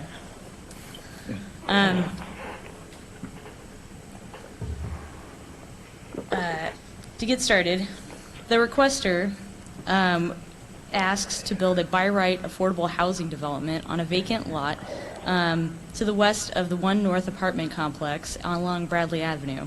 As the parcel is currently part of a PUD, without an amendment, any new development would be required to generally conform to the site plan of the Melrose Apartments of Urbana PUD from 1996. The Plan Commission held a public hearing on the PUD amendment request at its March 5th, 2020 meeting. The Commission voted unanimously, 6-0, to recommend approval of the request to exclude the 14.51 acres from the original PUD, which would allow development of the site that meets all requirements of the R4 medium-density multifamily residential zoning district. A little bit of background about the site. The 1982 comprehensive plan includes future aspirations for the North Lincoln Avenue area to be developed as a commercial corridor. By the mid-1990s, the corridor had several hotels, a new gas station, and a retail developments. In 1996, Intergroup Incorporated applied to the city for a comprehensive plan amendment, zoning map amendment, special use permit for a planned unit development, and development agreement for the land that today includes One North, Capstone Quarters, and the vacant 14.51 acres at 1208 Bradley Avenue. That was supposed to be Phase 2 of the what is now One North development. One North was the only part of the original planned unit development that was constructed. Phase 2 property has remained undeveloped since the Melrose PUD was approved 24 years ago. And to clarify, the subject property is 1208 Bradley. It says proposed development on your screen. And they request to amend the existing PUD to only encompass the One North property. So this is the proposed amendment to the existing PUD. And that would allow for a by right development next door on the property at 1208. The Plan Commission,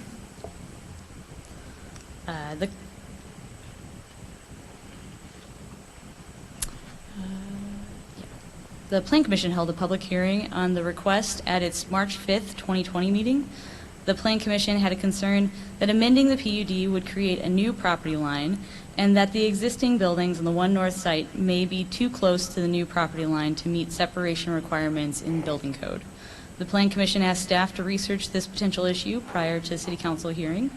Building Safety has reviewed the plans and PUD amendment request and has determined that no issues would be created for the existing buildings on the One North site if the requested amendment is approved. The existing buildings have sprinklers and are at least 20 feet from the new property line. Since the minimum required side yard in the R4 district is 5 feet, any new buildings on the Phase 2 site would be at least 25 feet from the existing buildings, which meets the requirements for building separation. No members of the public spoke in favor of or opposed to the request. And just to clarify, that was if a building burnt down, the buildings are not considered non-conforming to building safety and fire separation. Due to the relatively large size of the Phase 2 property in relation to the whole planned unit development, allowing it to be developed as a proposed is too significant a change to be considered minor. So that's why we're here today and at Plan Commission to discuss a major amendment to the planned unit development. Overall, the plans are quite similar and would develop the site at around the same level of intensity. The proposed development would meet zoning requirements for the underlying R4 zoning district, and the ownership for the Phase 1, One North, and Phase 2 parcels would be separate entities. There is no reason to amend the existing PUD to include the proposed site plan. Amending the PUD to exclude Phase 2 will not affect Phase 1, which is One North, in any way. Phase 1 is currently compliant with the zoning ordinance and will remain so if the amendment is approved. A bit about site connectivity. Prior to the 1982 comprehensive plan, so the last amendment was 1978, Urbana had envisioned Goodwin Avenue extending north past Bradley Avenue to Kenyon Avenue. In 1969, the city of Urbana acquired right-of-way from Lenore Tawney with the intent of building a road at that time of development in the area. By the time the 1982 comprehensive plan was adopted, those plans had been abandoned. The city held the right-of-way until 1996 when Intergroup proposed a student housing complex on the Melrose PUD site, which required various approvals and a development agreement. The development agreement included that the city would abandon the Goodwin Avenue right-of-way and that Intergroup would pay a fee to the city to use the city-owned stormwater detention basin that serves the area. The right-of-way was returned to Ms. Tawney, who sold it to Intergroup. Extending Goodwin Avenue through the site to Kenyon Road is also not feasible because in 1987, the city built a ditch and culvert on the city-owned right-of-way north of the site, which serves as an important function of stormwater management. The approved site plan for the Melrose PUD shows no connections for Phase 2 site to Bradley Avenue to the south or to Federal Drive to the north, which is Exhibit F in the staff report. Phase 2 was planned to only connect to Phase 1 to the east. If the PUD is amended and Phase 2 site is developed, any new development will most likely connect to Bradley Avenue and would preferably connect to Federal Drive as well. The proposed development from the Annex Group would connect both Bradley Avenue and Federal Drive and would be a by right development which would meet all requirements of the zoning ordinance, which is, you can see in Exhibit E. And please note the proposed development plans are preliminary and are provided for informational purposes. As far as relating to the comprehensive plan, this proposed development, it meets Goal 40, making affordable housing available for low-income and moderate-income households. Goal 41, promote access to employment opportunities for all Urbana residents, and that this development generally meets the goals and objectives of the 2005 comprehensive plan.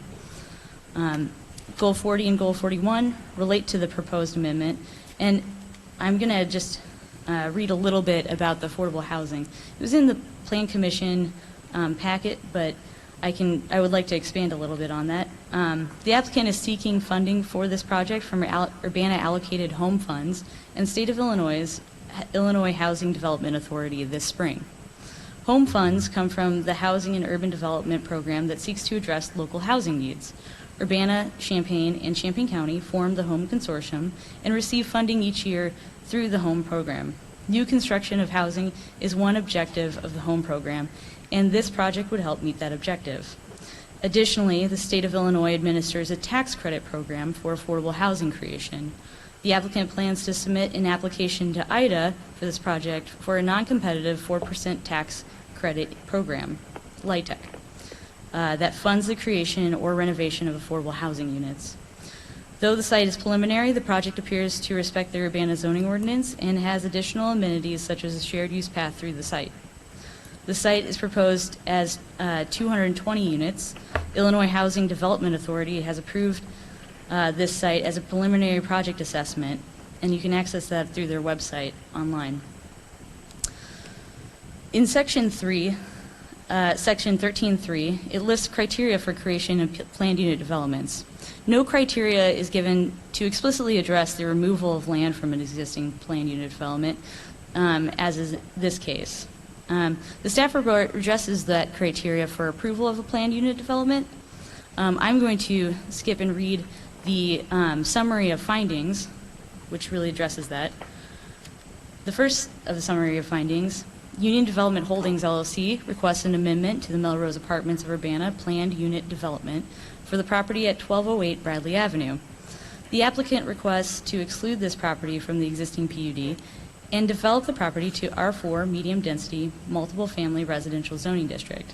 The property is undeveloped and 14.51 acres in size, or 37% of the existing PUD.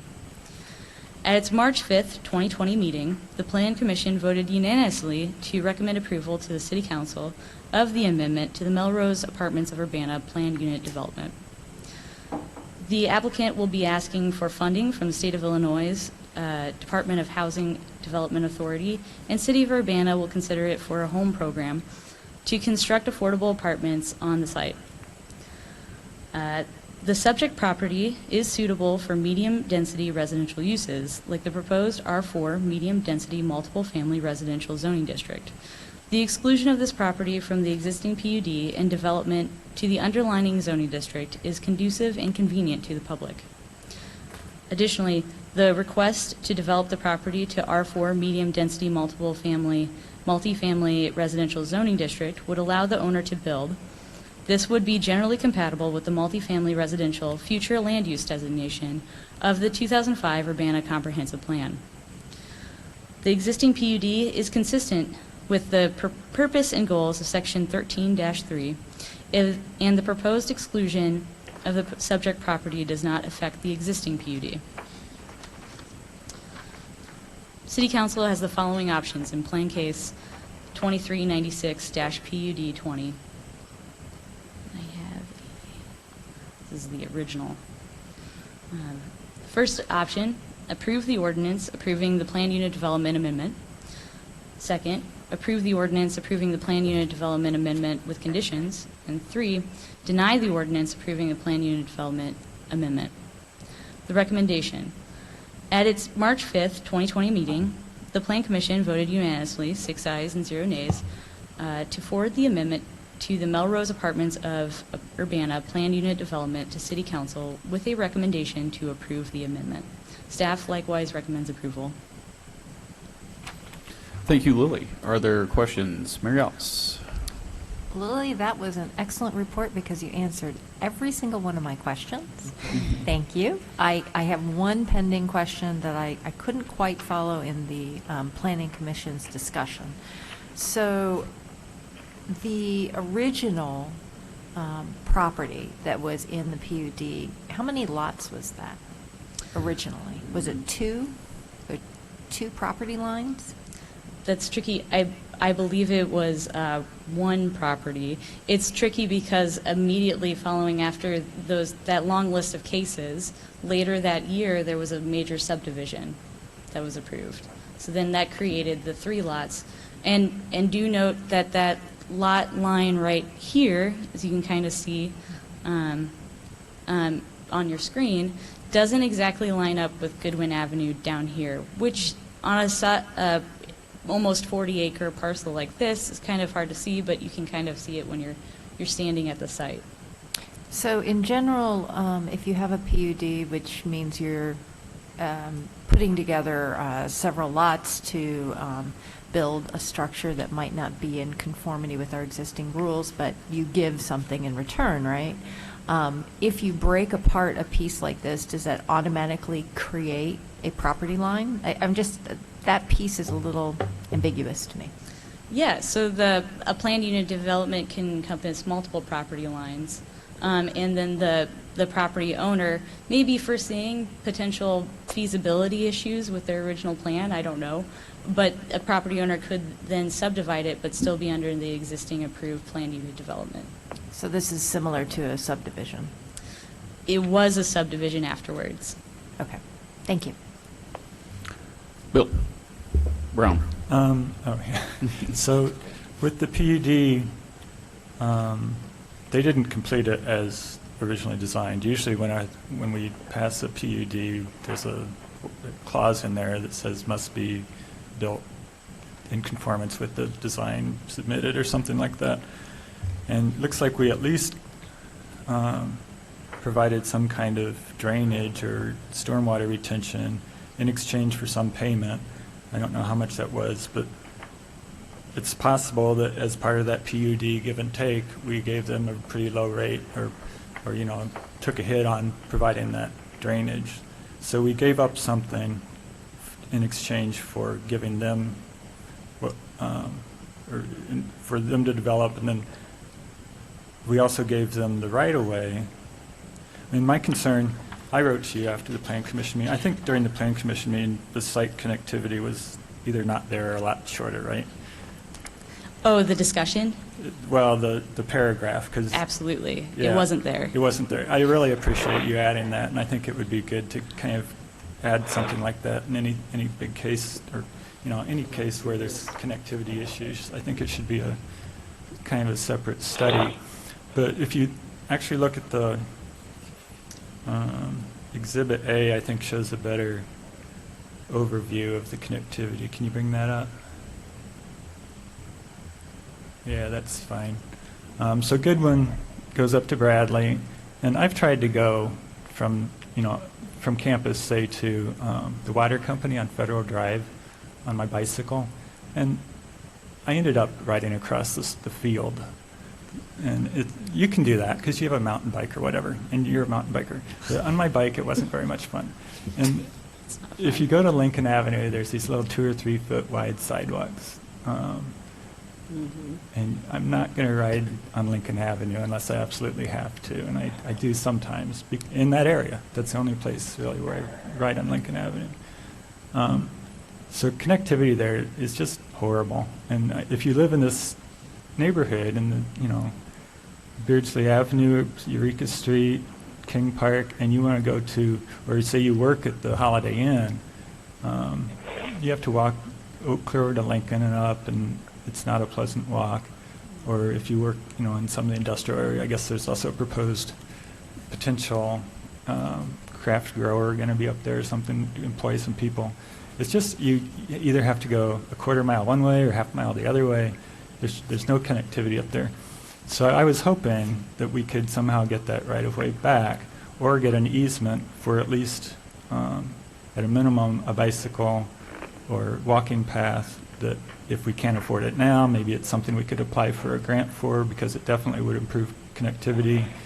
I was hoping also that if we could actually someday build the Goodwin clear up to the access drive, that it would provide a nice route for MTD to actually make a loop there, so they could go do a clockwise loop, and the people where the main population is at 1 North, 1 South, Melrose Place, that now have to cross the street at Lincoln Avenue where there's no crosswalks when they get off the bus, would be able to always get off on the right side and not have to cross the street.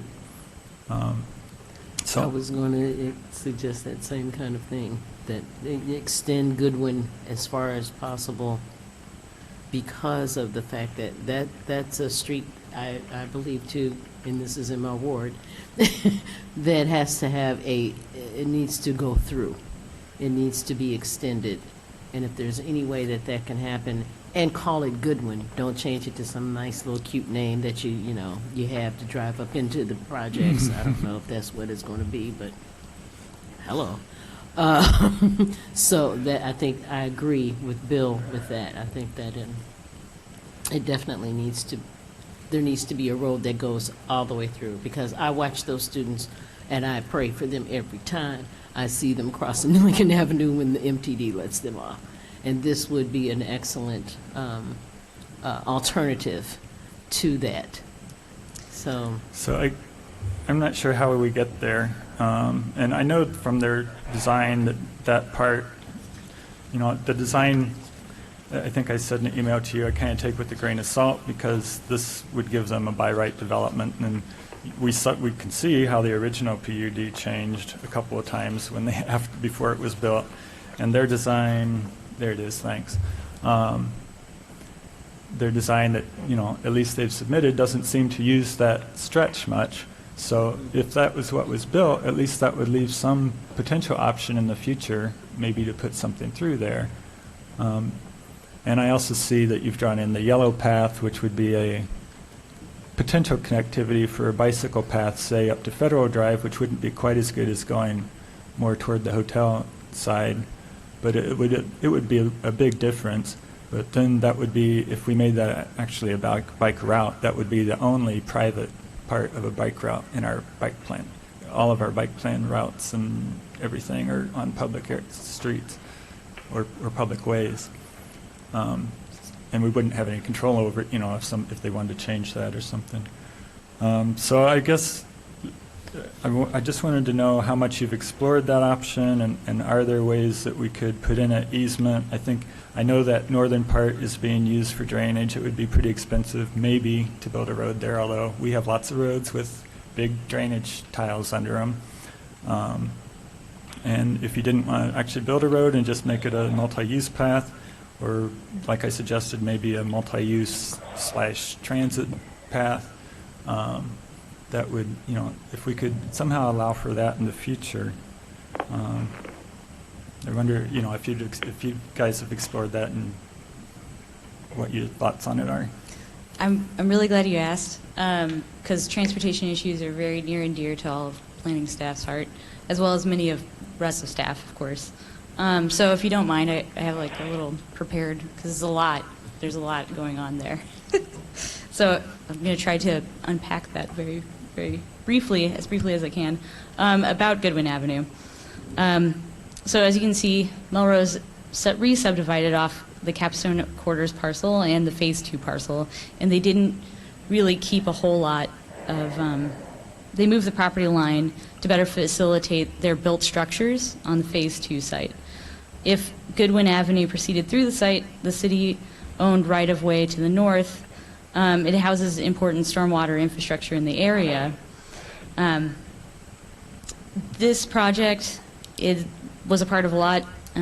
Basically, that stormwater infrastructure, it could be moved to underneath the road. It would be very expensive and very costly. And Shannon Baranek from Public Works is here to address some of those cost questions about roads. Staff has met with MTD, and I'm going to just briefly paraphrase. Buses, of course, cannot be expected to drive down the private access to parking. MTD has met with us as staff, and if the development had a public road rather than access to parking running through the site as it's currently proposed, they would not want to route buses through this site. They are being told right now through their own strategic planning process that they need to go more to arterial road routes. Those staff and MTD are very concerned about the safety of people getting off of Lincoln Avenue, trying to cross Lincoln Avenue to get to one north and one south. And there is in the plan to be a safety study to hopefully brainstorm and design some kind of solution to this. But Bradley Avenue has a couple of other problems with it. It has a surface conflict with Canadian National Railroad. So currently, MTD does not use Bradley Avenue and likes to stay away from it. It does have a bus route going up Romine.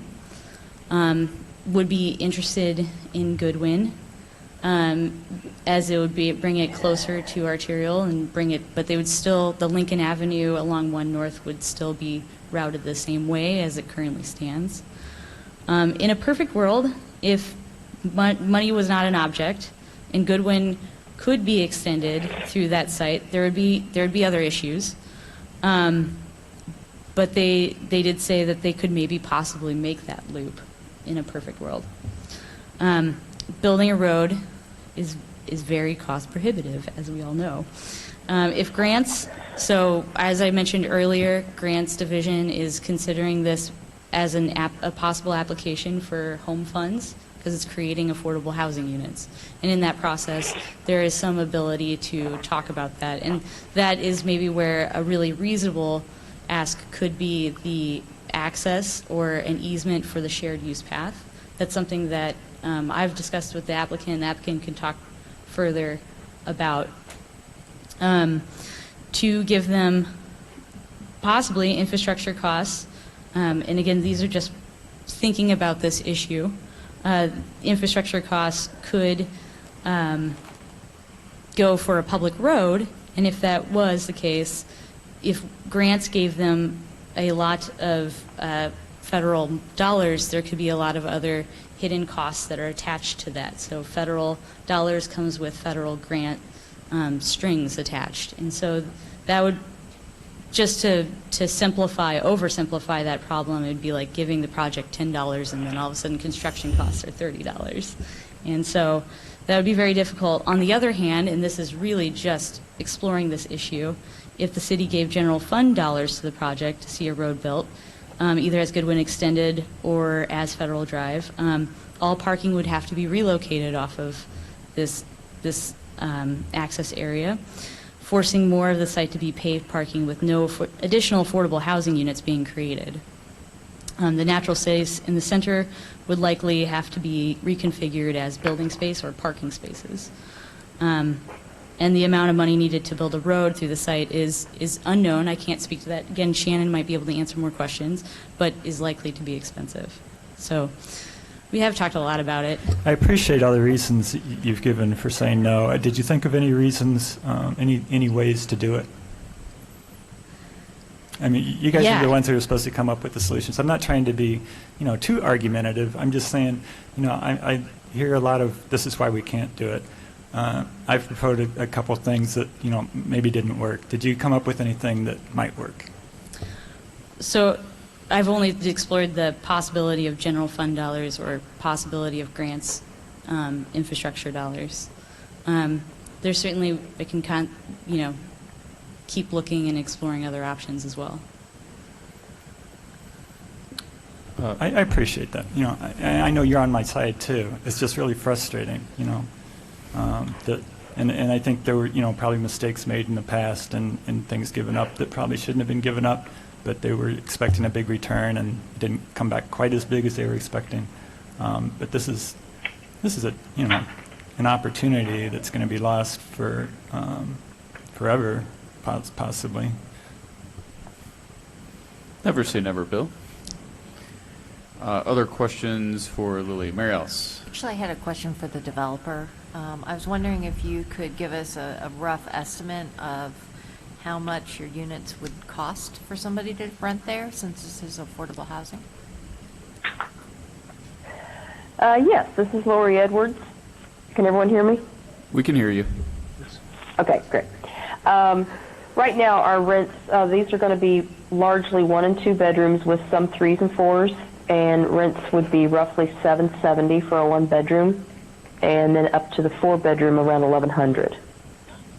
This largely serves household incomes at 60% AMI, as designated by HUD county rent limits that come out annually, and 60% AMI, as some of you may know or may not, is roughly $52,000, I believe, is the max that it would serve. So we typically are looking to serve households from that would be for a family of 4. So So a one-person household might be a $30,000 income. So roughly the $30,000 to $55,000 income is what we're targeting to serve. Thank you. Sure. Sharice? Yes, I have to leave early.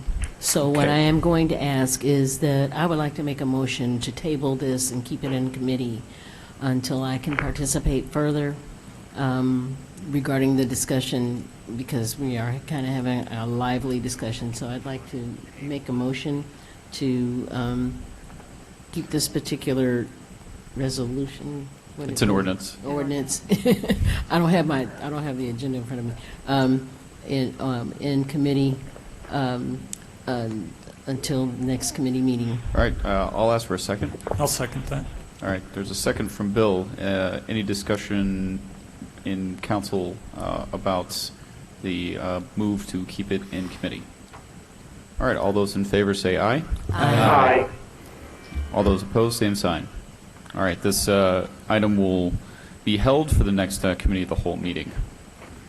All right, next up, we have resolution number 2020-03-015R, a resolution adopting financial policies.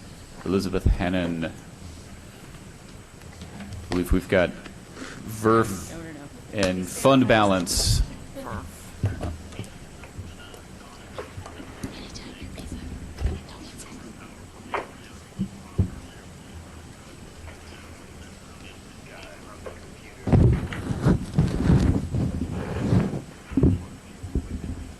Eric and Dennis, are you both still with us?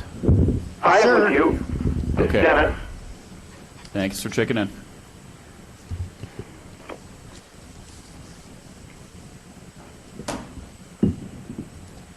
So actually, Don Ho was going to be here to do this tonight, but he couldn't be here. And so what he did was he put the presentation together. I'm going to play it for you. Oh, fun. Yeah.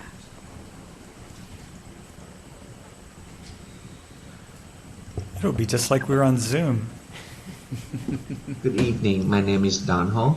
I'm the Senior Financial Analyst for the Finance Department. I'm sorry I can't be there tonight. I'm not feeling 100%. And with the whole coronavirus outbreak thing, it would be better for me to stay home. So thank you for your understanding. So before you tonight is the proposed changes to the financial policies. So when we did the financial forecast in January, we mentioned that we would present some changes to the current financial policies before we adopt the budget. So here they are. So there are two sections we would like to revise in the financial policies. The first one is related to the VERF funding, and the second one is related to the general fund reserve. So here are some background on the VERF. So the VERF collects fees from other funds to make sure that we have adequate funds available to purchase equipment and vehicles. So the total value of all of our capital assets in the VERF is about $13.5 million. Our current practice. So our current practice is to set aside funds in advance of assets replacement. So rather than pre-funding at 100% of the replacement cost, the city current policy is to fund at 90% of the replacement cost. And this is very common among municipalities. Also, that the city currently has no minimum fund balance requirement for the VERF. So we created a projection with 3 different funding scenarios, and on top of that we also added a proposed minimum fund balance requirement for the VERF, which is at 10% of the total assets value. So as you can see, at the 90% level of funding, which is the blue line here, fund balance for the VERF remains about $2 million over the proposed minimum fund balance requirement for the majority of the forecast period. It is a good thing. However, it means that we would take more money than necessary out of the general fund. since the majority of the transfer come out of the general fund. At the 80% level of funding, which is a gray line here, fund balance for the VERF will be below the proposed minimum fund balance requirement from fiscal year 38 to 41. So it is not a feasible option unless we don't have a minimum fund balance requirement.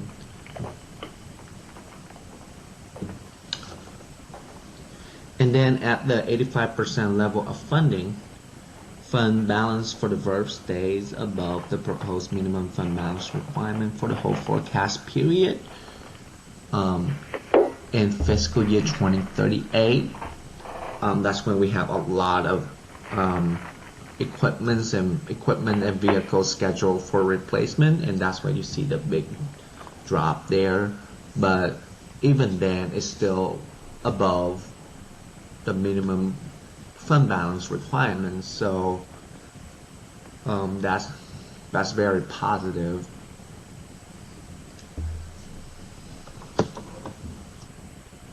So staff recommends adding language specifying a minimum fund balance requirements of at least 10% of the value of assets.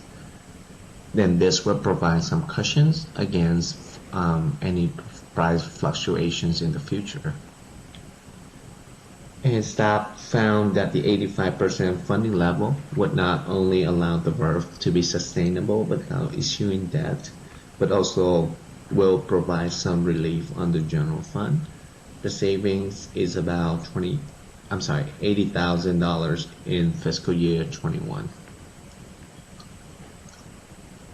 So the next section that I would like to talk about is the general fund reserve. And so, as you know, general fund reserve is the cornerstone of our financial flexibility, because with this money, it gives us options to respond to unexpected events such as natural disasters, changes in legislations, or diseases like coronavirus, like what we're experiencing now. So our current practice is we have our reserve set at least 15% of recurrent expenditures, and then it can only be depleted below 10% only in the event of catastrophic need. And if it dips below 15%, the finance director will recommend a strategy for replenishment. So we follow the Government Finance Officer Association or GFOA risk analysis guidelines, and based on this analysis, we found 3 primary risks. The first one is sales tax revenue. The city is currently dependent a lot on sales tax revenue. It is about 30% of our total revenue in the general fund. The second one is the potential for the city's infrastructure to fail, and as you know, we have a backlog of capital needs, and that is also considered a risk. The third one is the dependency of other funds on the city's general fund. And so the city's general fund supports other funds such as the capital improvement fund and retained risk funds and some other funds, and this is also considered a risk. We also compared the minimum fund balance requirements to different cities in Illinois, and it is in the memo. The table is in the memo. As you can see, there is really no defined requirement for each city, and that makes it hard to determine. But the general rule is that governments that maintain a higher reserves are better positioned to deal with funding issues in bad times. So since we have a a good budget year, then I think it is prudent for us to use a portion of a budget surpluses to help create and sustain or increase the size of our general fund reserve. And I just want to stress this, but putting money into reserve is a more fiscally prudent action than spending surplus funds on new or expanded programs.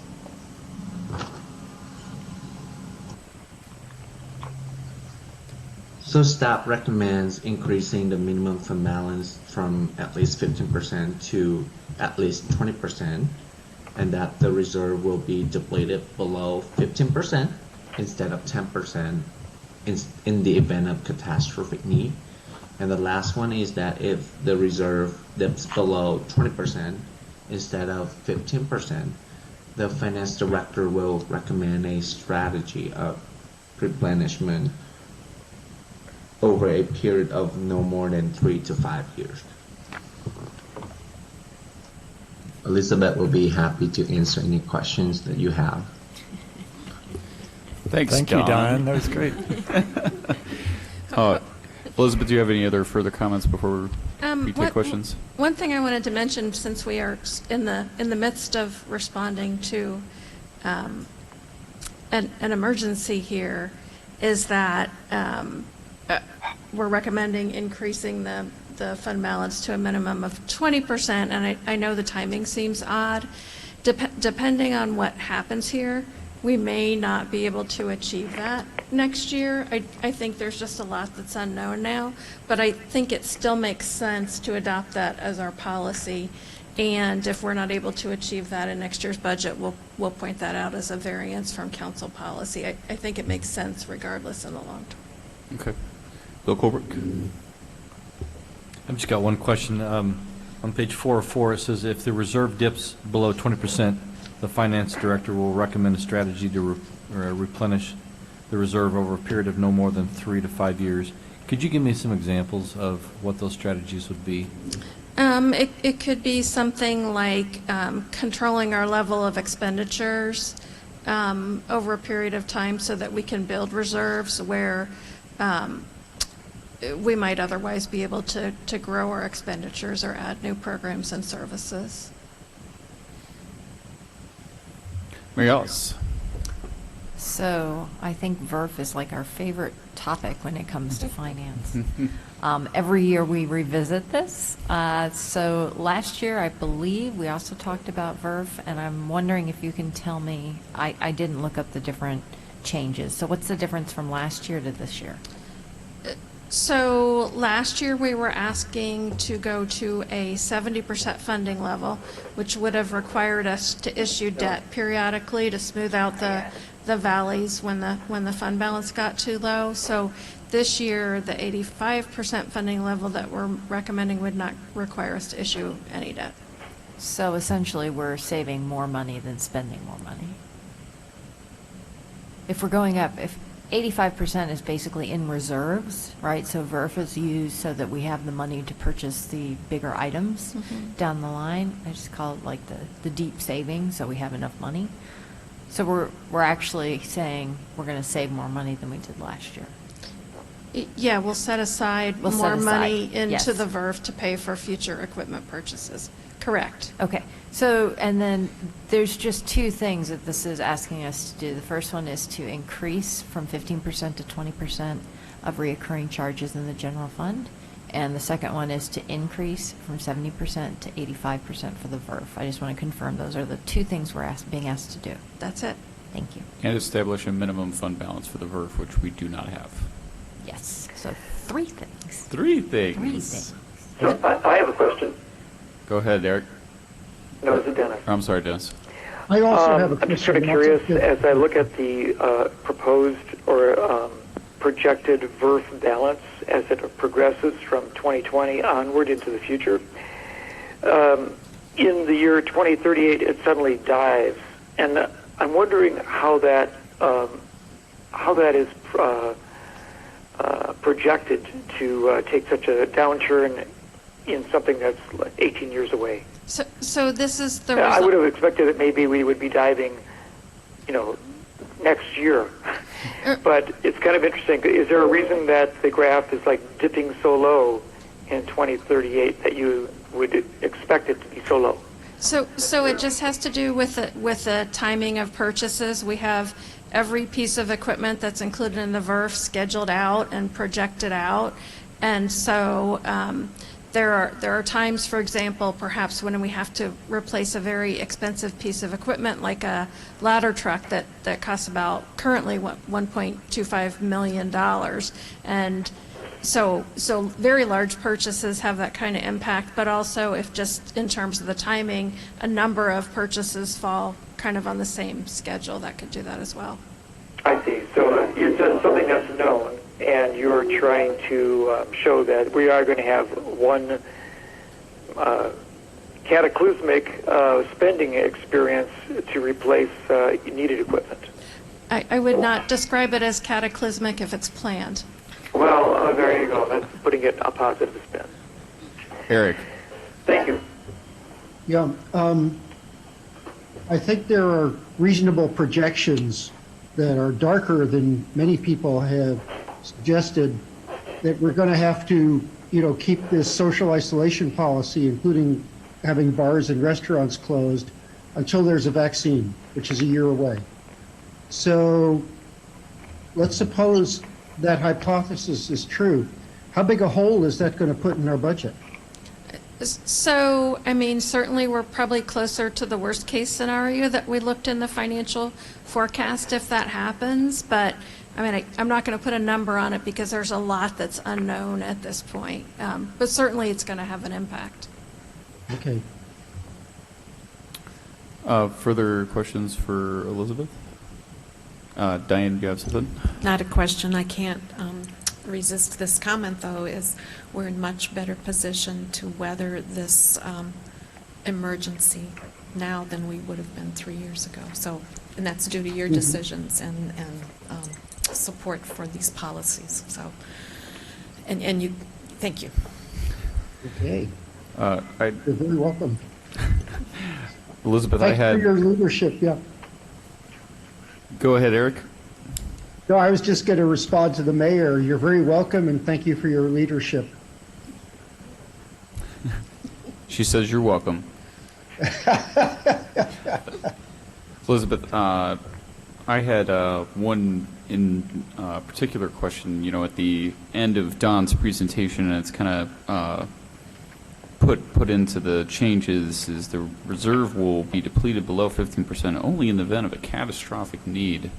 Are we, I know we're changing practices and it's possibly too early to even know, but is there any indications that we're going to anticipate catastrophic need in the near future? We're going to have to pull money out of the general fund to pay for something that's not coming in anymore. Do you know what actions the governor has been taking that might be affecting revenues coming from the state, anything like that? So right now, based on what I know, the issue is more that we're going to lose revenue as businesses are shut down. We'll probably have some additional expenses, but at this point, I can't think of any they're going to be probably as large as the revenue loss. Gotcha. Okay. Any other questions for Elizabeth? If not, I'd entertain a motion. Yeah, I can do that. Go ahead, Dennis. I make a motion that we pass resolution number 2020-03-015R, a resolution adopting a financial policies for the financial year 2020 and beyond, with recommendation of approval going to City Council. Gotcha. Second. All right, that's a motion from Dennis and a second from Bill Brown. Is there any discussion amongst council members? All right, all those in favor say aye. Aye. All opposed, same sign. And that motion passes. All right, seeing no further business, this meeting is adjourned. Thank you all very much. Thank you.